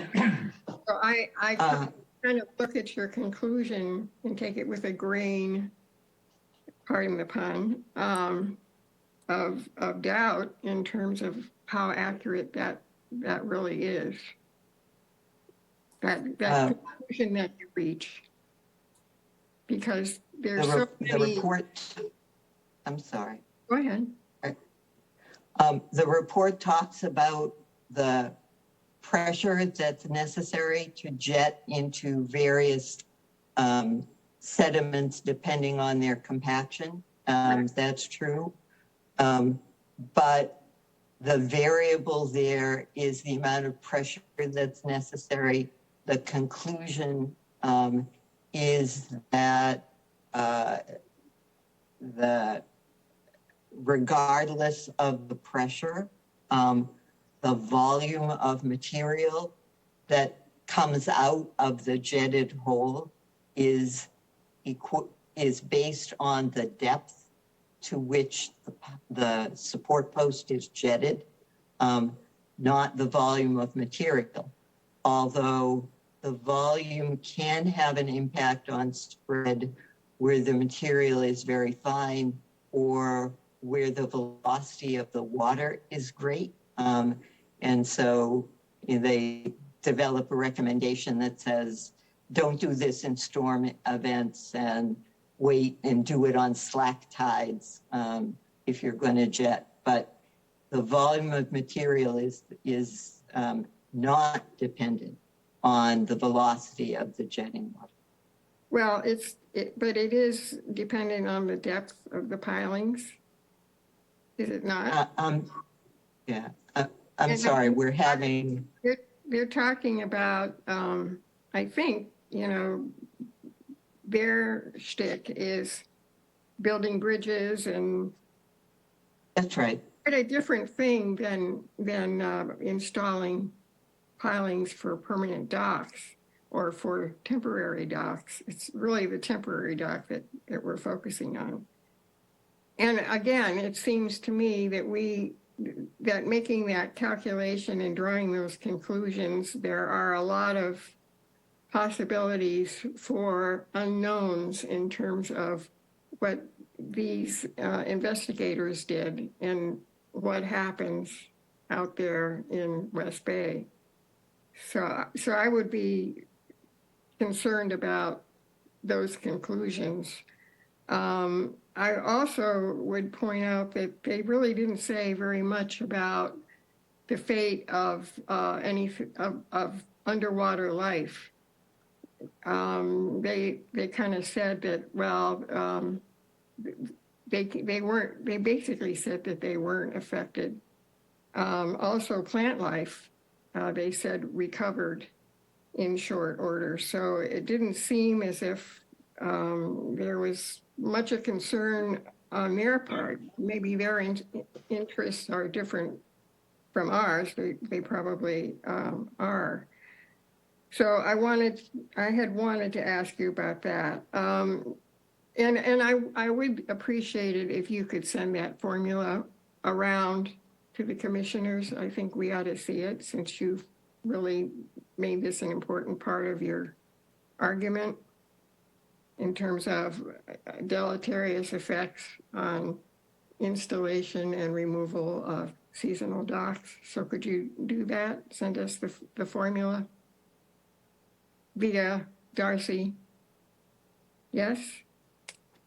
Yeah, the whole report was in the Laserfish materials. I don't think I got that. You did get the whole report. That was in one of them. Yeah. 260 pages? Yeah, I had Ed. 270 pages. Yeah, I had Ed all right. find it. I asked Arlene for it.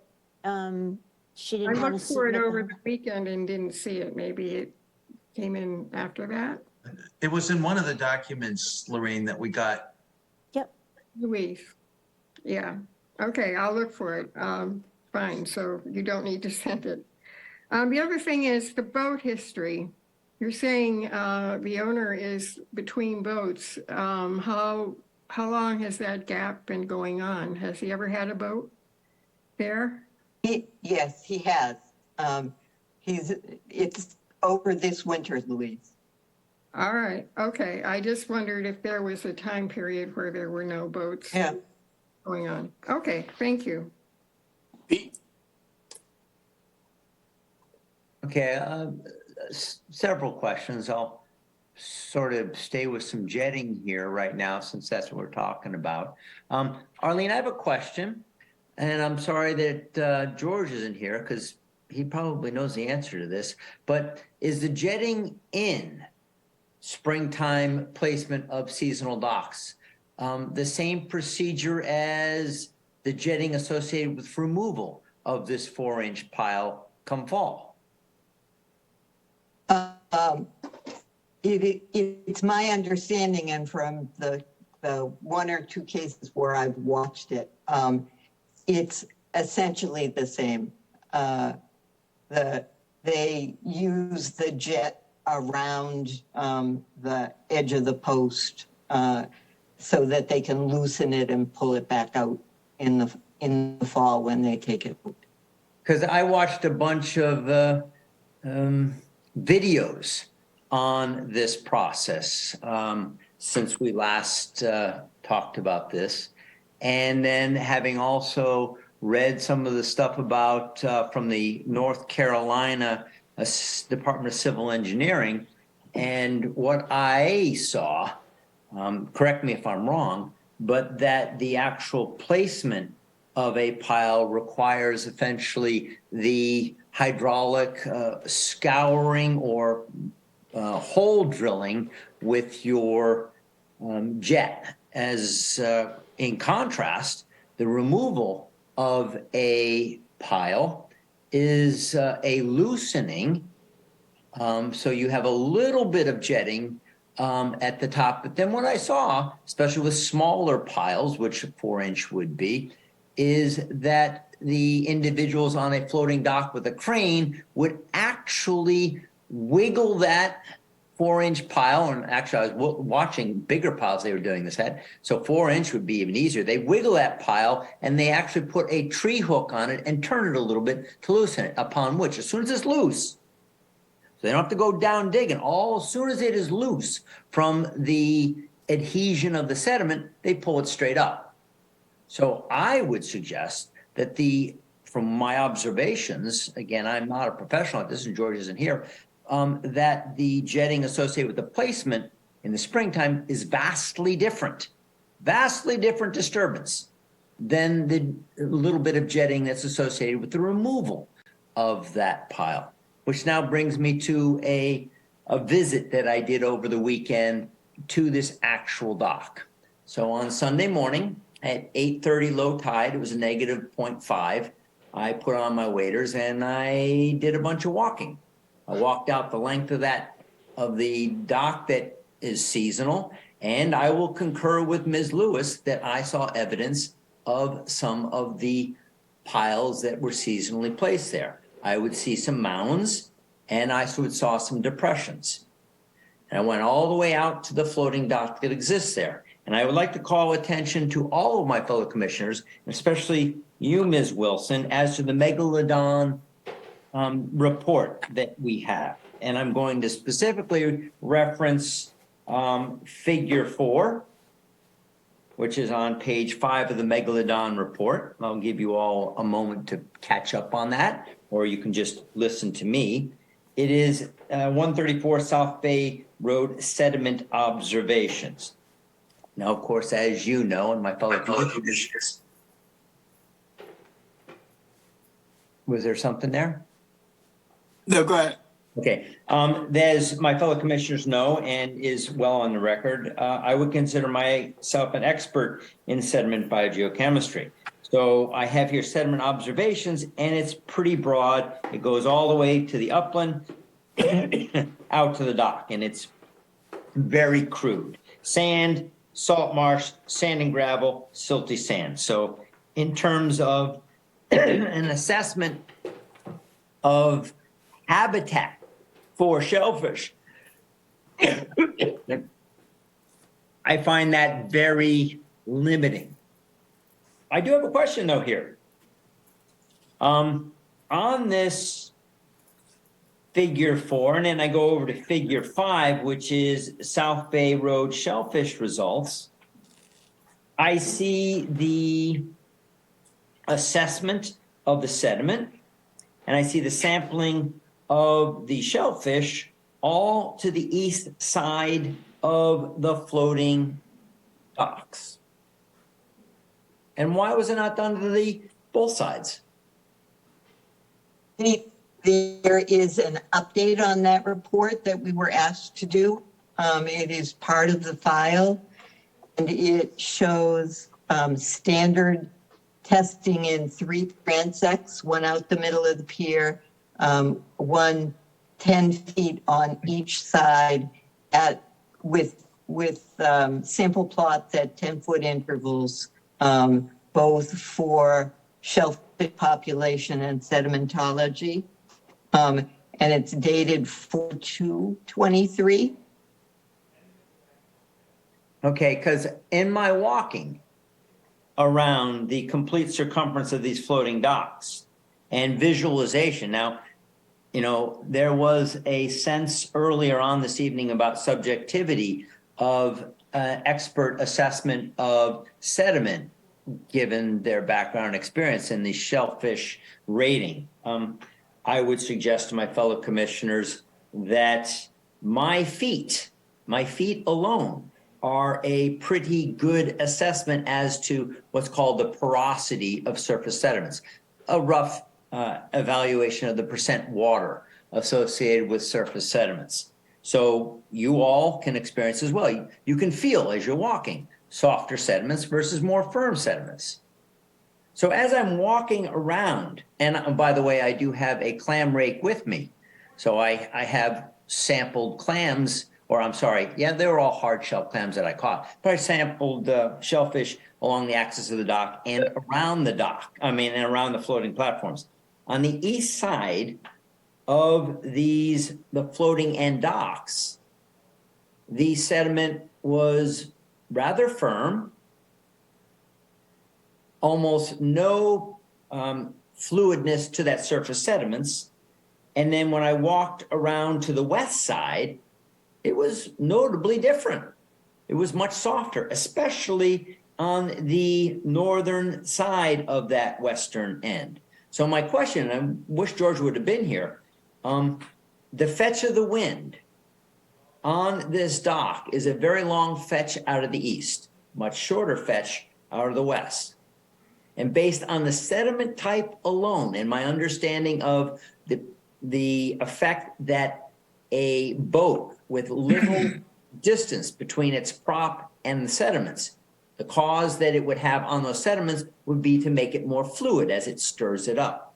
That it would be my guess, and I could be proven wrong, that most of the time the boat was docked on this western edge of the float.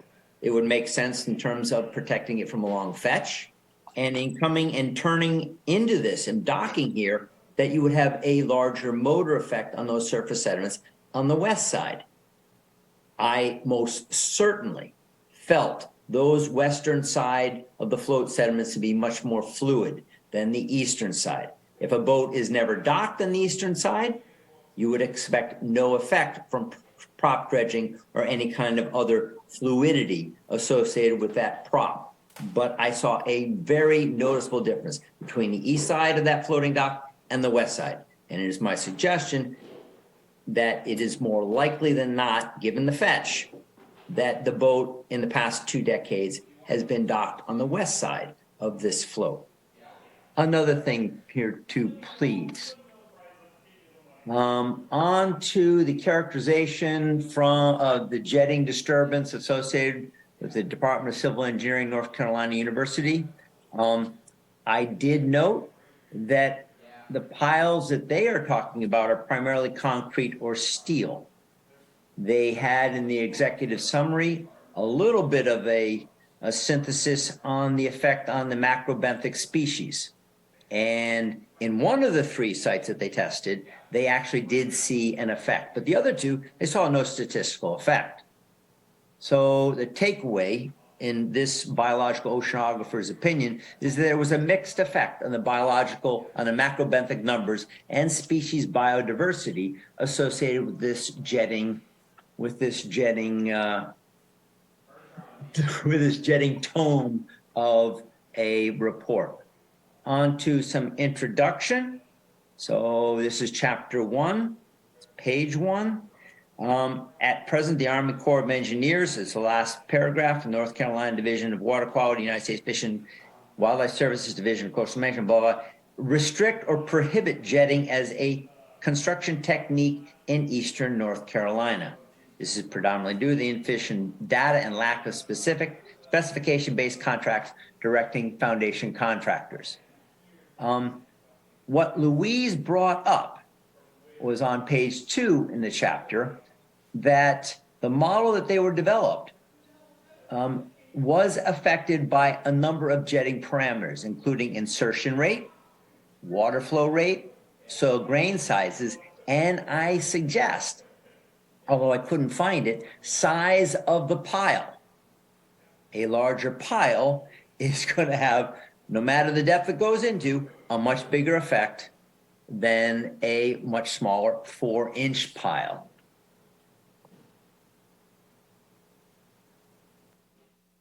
And I think I'm probably going to finally conclude with a given by this commission, based, and again, Avo goes way back with me on this. Docks and associated boat use are presumed to have negative environmental and access effects to the waters and substrate of our coastal and lake ecosystems.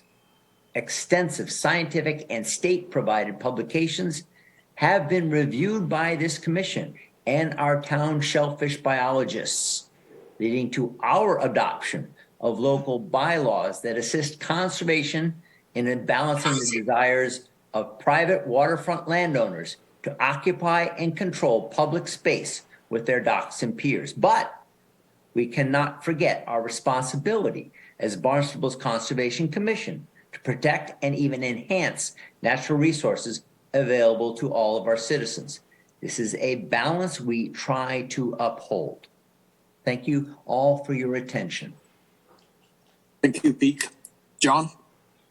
I'm going to come at this issue from a very, very, very different perspective, commissioners in Arlene.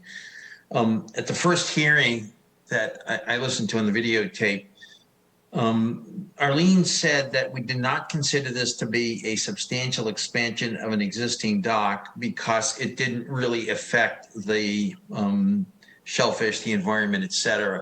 That obviously, Arlene, is a totally incorrect application. In your letter, you said that there is no expansion, substantial expansion of the existing dock, and then you come up with a definition, what you say, which is generally considered to be an increase in size, volume, quantity, or scope. What you're doing is replacing, I guess, a 4x80 seasonal section with a 4x80 permanent section. So I went and started to look at what are some of the legal definitions of it, since I was one of the authors of that exact language about substantial expansion of an existing dock. And what I found is a legal definition is, quote, having importance or significance.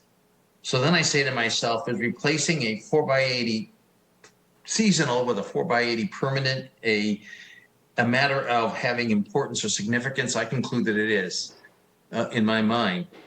So I believe that this commission ought to find that, in fact, there is a substantial change in the existing dock. And as such, with that finding, you would therefore be required to file this under the existing regulation, including the 30-inch rule, because it's a 9, as well as the other requirements of that regulation. So what I'd suggest to the commission, I don't think we need to get into the jetting issue. I don't think we need to get into the study. I just think we need to make a specific finding that this is, quote, a substantial change in the existing dock, and that therefore the applicant can do one of 3 things. They can withdraw this request. They can ask for a continuance and refile it correctly with all of the requirements under the new regulation, including the 30-inch rule, or they could withdraw the whole matter and come back with a whole new NOI request under that regulation. And all we have to do as a commission is simply make one significant finding that this is a substantial expansion, which I believe is in fact, it is in fact a substantial expansion. So that's where I would go with this. Thanks, John. Bill?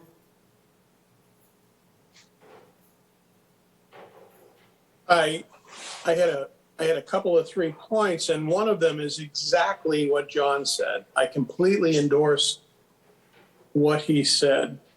However, I've been concerned about the impact on the harvest of shellfish. And there is an impact, regardless of whether or not there's a trail that leads right down to the property. And Arlene, you've said that there is, boat access.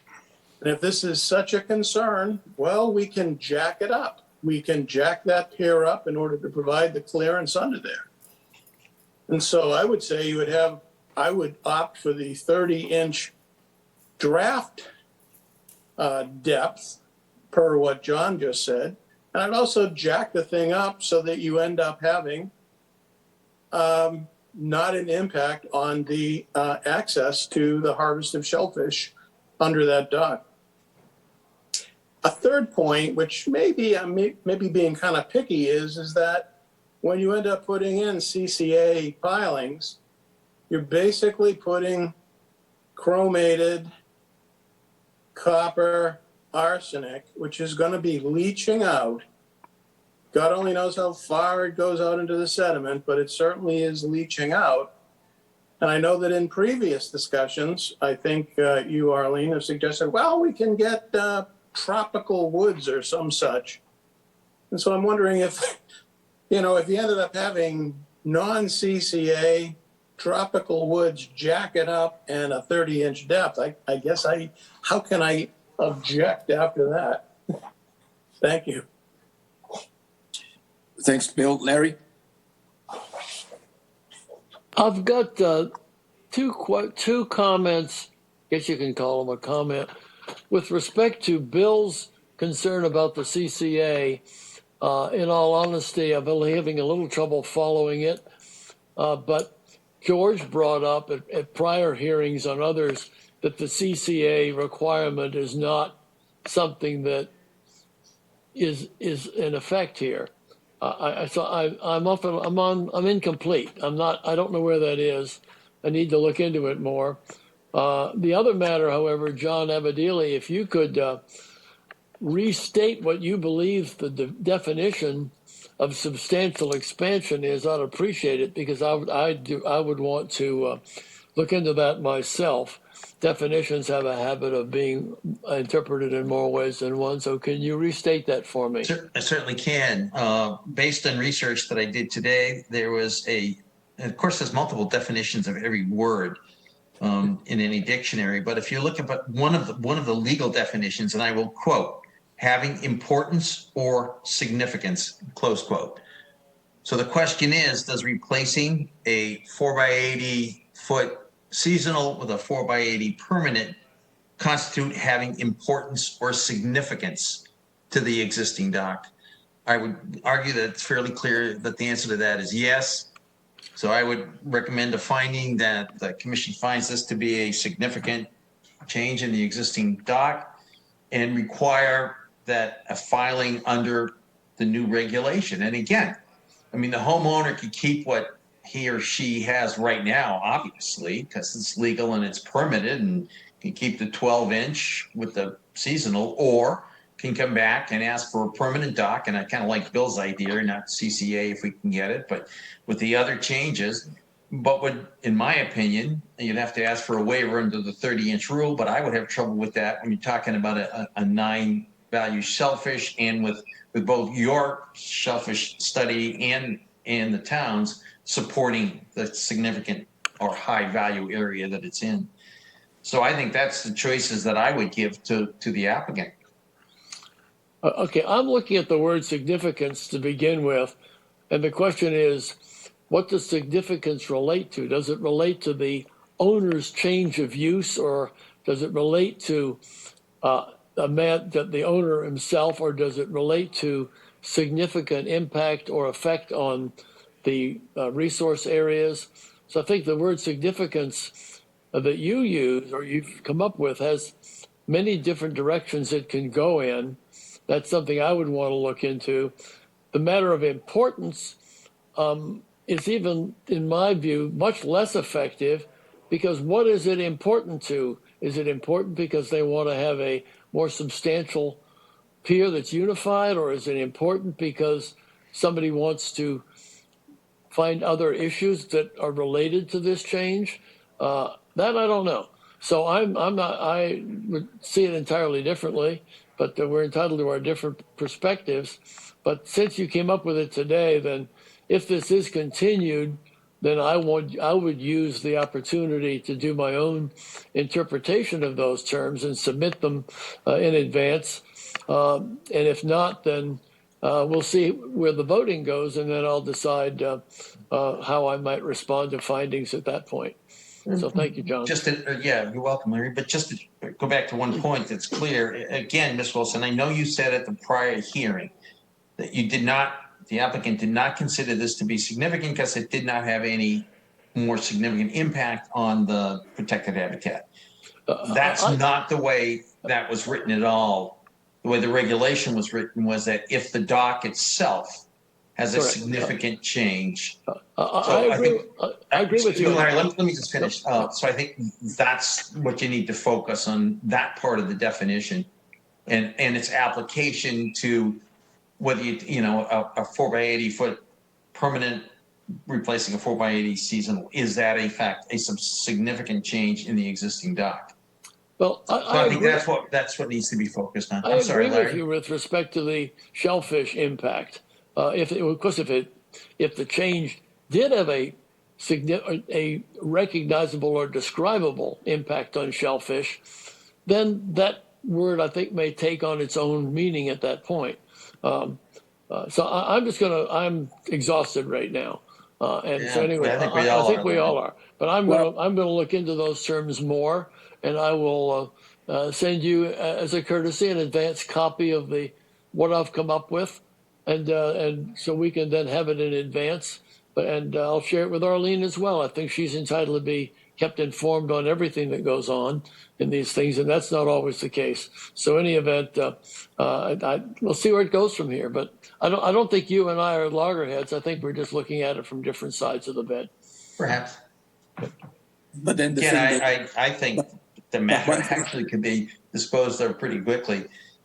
If the commission has felt this was in fact a substantial change in existing dock, could issue that finding and say that this matter has to either be amended or withdrawn and refiled, which obviously the applicant has a right to do, refile. That's just one avenue to approach it. The other avenue is to stand their ground and have it denied and then appeal it. Absolutely. That's another avenue. But I think absolutely correct. And so if you are persuasive and get the majority of the commission to go with you, then I'm at the point of voting against it, and then we're back. I don't know where we are at that point. So I'll see what Arlene. Whatever the decision is. Obviously, Arlene and the owner can appeal it or withdraw it or file a new NOI or do any of that. Okay. All right. So let me put my 2 cents worth in it. I mean, right now it's kind of late right now, 10:30 something. And I don't know whether I can think anymore. But, I think what Arlene is talking and keep leading us to is insignificant. But then the determination is not up to Arlene, it's up to the commissions to decide whether this change from a seasonal pier to a permanent pier, whether that would qualify as a substantial change, and that plus the rating of the shellfish in the area that trigger that 30-inch rule. I think that's up to the commission to look at and decide. Let me go to Pete, and then we should wrap up pretty quick here. Pete. I'll just reiterate that I saw or I felt a significant difference in the kind of the porosity or the percent water of the sediment between the two sides of that dock. I would agree with Commissioner Abadili that I think this is also a significantly different dock, changing from a temporary, seasonal to a permanent. It now allows the homeowner to have a boat there for a much longer period of time, and so therefore affecting the sediment and the use of that boat. So I completely agree with you, Abo, that this is a significant addition to the impact on the environment. So with that, should we do a finding with that substantials and then with the rating go to the 30-inch right now? Tom, could I take just a moment? I know everybody's tired. I'm tired too. But just to quickly answer a couple of questions that have come up. Okay.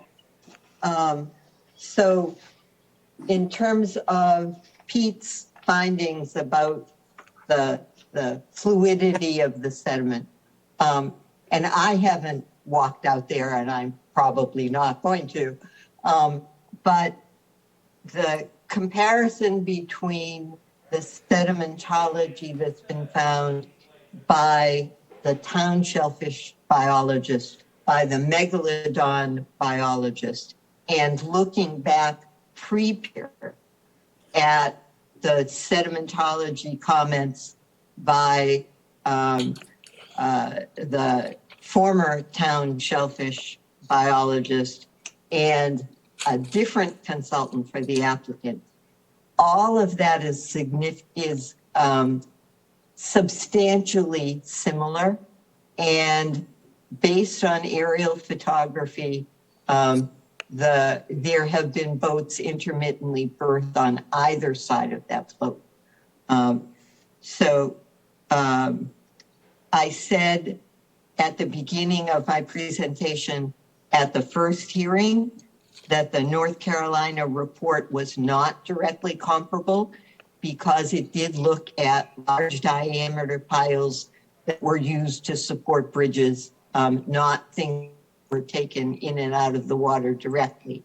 But the formula for determining impact is based on the amount of sediment that comes out of the jetted hole relative to the depth of the pile placement. So those piles in that report are generally jetted into about 20 feet, whereas 4x4 post is about 8 feet. And that was the number that we used in determining impacts. We used that North Carolina report because it was the only substantial report with a scientific basis for the conclusions that we could find. But I will once again refer the commission to the small dock and pier guidance document that's been used by DEP and this commission for some time, which says jetting piles is not good for the environment. And that's also in the NOI. I believe there's a third alternative to the two that John suggested about what to do here. I think it's perfectly possible for the commission to craft an order that includes all of the conditions that have been discussed tonight. So impose a 30-inch restriction if the commission feels that's what's necessary. Require the height of the pier to be increased by whatever you think is an appropriate number. And if you want us to use tropical hardwood piles instead of CCA treated, you can add that as a condition as well. In terms of the time of use differential between a seasonal pier and a permanent pier, there really isn't any, Pete. The seasonal piers can go, this one can go in the water on the 1st of April and stay into October. Most people do not enjoy recreational boating associated with waterfront properties outside of that time limit. It is too cold and the weather is too nasty. So I don't think you would find a substantial change in the duration of use just because a pier has permanent piles rather than 4x4 posts. And I will be quiet, but I know that there is somebody from the Shellfish Committee in the audience. I don't know whether they want to make comments or not. If they do, they won't be to my advantage, but I think you need to take public comment too. Let me go to Bill and then I go to the public comment. Bill? Yeah, I just, when I mentioned the tropical wood thing and the CCA, I said that was a point of being picky. And I think that, you know, I would withdraw that because we are approving piers with CCA. And I certainly think it would be, you know, a real mistake for us to ever even consider that for this project because it would immediately be, you're being biased for this one project. And so I don't know that makes sense. Although jacking it up and having because of the impacts to the recreational shellfishing, as well as the 30-inch depth thing, I think would be appropriate. Thank you, Bill. Channel 18, any public comment on this? Does Patricia want to say anything? Make any comment? Yeah, resident shellfisher, among other titles. I want to encourage you not to approve approve a new dock. I see no reason for it. Just doesn't make sense to me, but I did want to, I noticed too, I made a couple of comments, but the one I will talk about is that there was a statement about the dock predating the relay area. And why that is significant, I don't know, because there was, you know, the relay area, because our shellfish was diminished in our waters, and the town needed to start raising shellfish, and they needed a place to put them to relay them when they moved them from other areas, from underneath the nets or from up in Centerville River where they get fished and they're very polluted. They need to clean themselves before they can be harvested. So, you know, using that as an excuse to state an argument for a new dock is, I don't think that's a really good reason in light of what I just said. But it is late and I'm tired too. So I'm just going to encourage you to not approve this. Thank you for listening. Good night. Thank you. Thank you. I think what we should do, the way I think what I should do though is do the finding for that substantial and see how it go from there, and then Arlene can decide how she want to take that application to. Could I do a findings that the change from a seasonal to a permanent pier at this location is considered a substantial change under the Chapter 703, and the shellfish rating of the 9, this would be a water drop. Excuse me, you don't have to add anything else. All you have to do is find it as substantial, which then automatically brings in the new regulation. Okay. Could I have motions to do a finding that the change from the seasonal pier to a permanent pier is a substantial change and bring it under the Chapter 703? So moved. Second. Roll call. Abadieli. Aye. Foster, aye. Hearn. Aye. Lee. Aye. Moran. No. Shampoo. Aye. So this is 5-1 and is going into that 30-inch rule.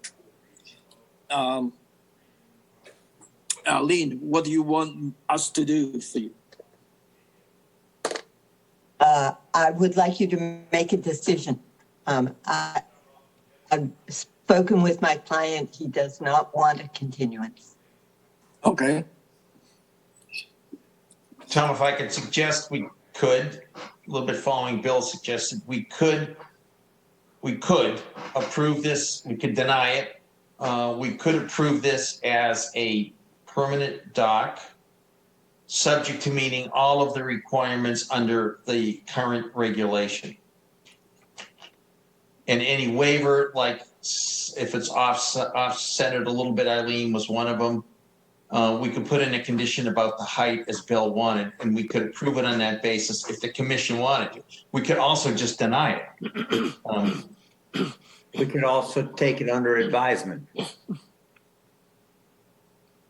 Well, if we have a vote on the motion, I guess, Pete, right? I mean, I don't know, Tom, what Pete's thought?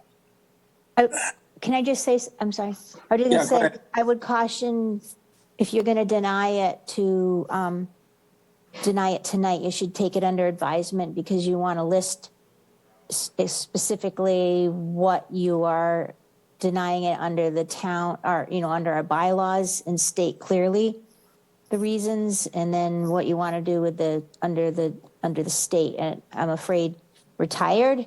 And if you don't have these things spelled out for the reasons, then just my thought.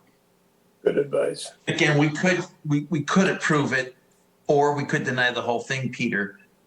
Or we could vote to take this under advisement and then bring up the whole question of the finding of that. Well, we already voted on the finding that it is a substantial, and just take the rest under advisement. We could do that, Tom or Arlene, right? I mean, We could even take it under advisement and then approve it Correct. under Absolutely. new regulations. Absolutely. If it otherwise meets those regulations, it's probably quite approvable. Of And advisement. the homeowner will have to Let's- decide, Arlene, though, as to whether they want to continue with what they've got, whether they want to accept that decision, or whether they want to appeal it. You know, that would be. So let me take this under the advisement.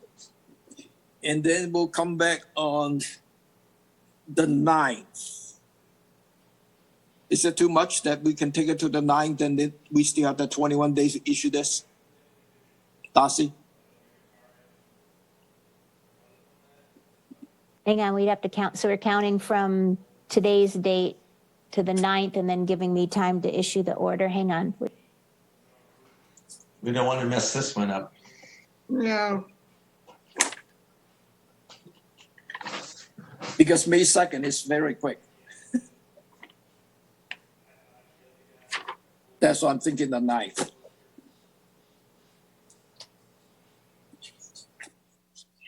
Give my hands up about the timing and when the findings are going to be submitted for us to review. I wanted a date certain, and I want to reserve the right to submit my own findings. So what day are you going to have the findings ready for us to review? We do not submit separate findings. I'm going to submit my own finding. I have a right to do that, Pete. I don't think you do. Yes, I do. I have absolutely a right to do it. No, you don't. Yes, I do. Yep, I do. So May 9th it'd be 14 days to May 9th. So I'd Then you still have have, 7 days. Then you have 7 days. yeah, so May 9th is fine. Let me take this under the advisement. We'll come back on the 9th for the findings, and then Darcy would have that, can issue the order within 21 days.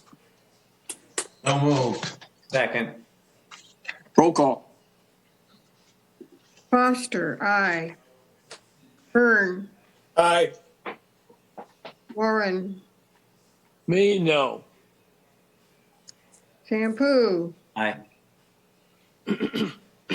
Lee, Aye. Abadili. Aye.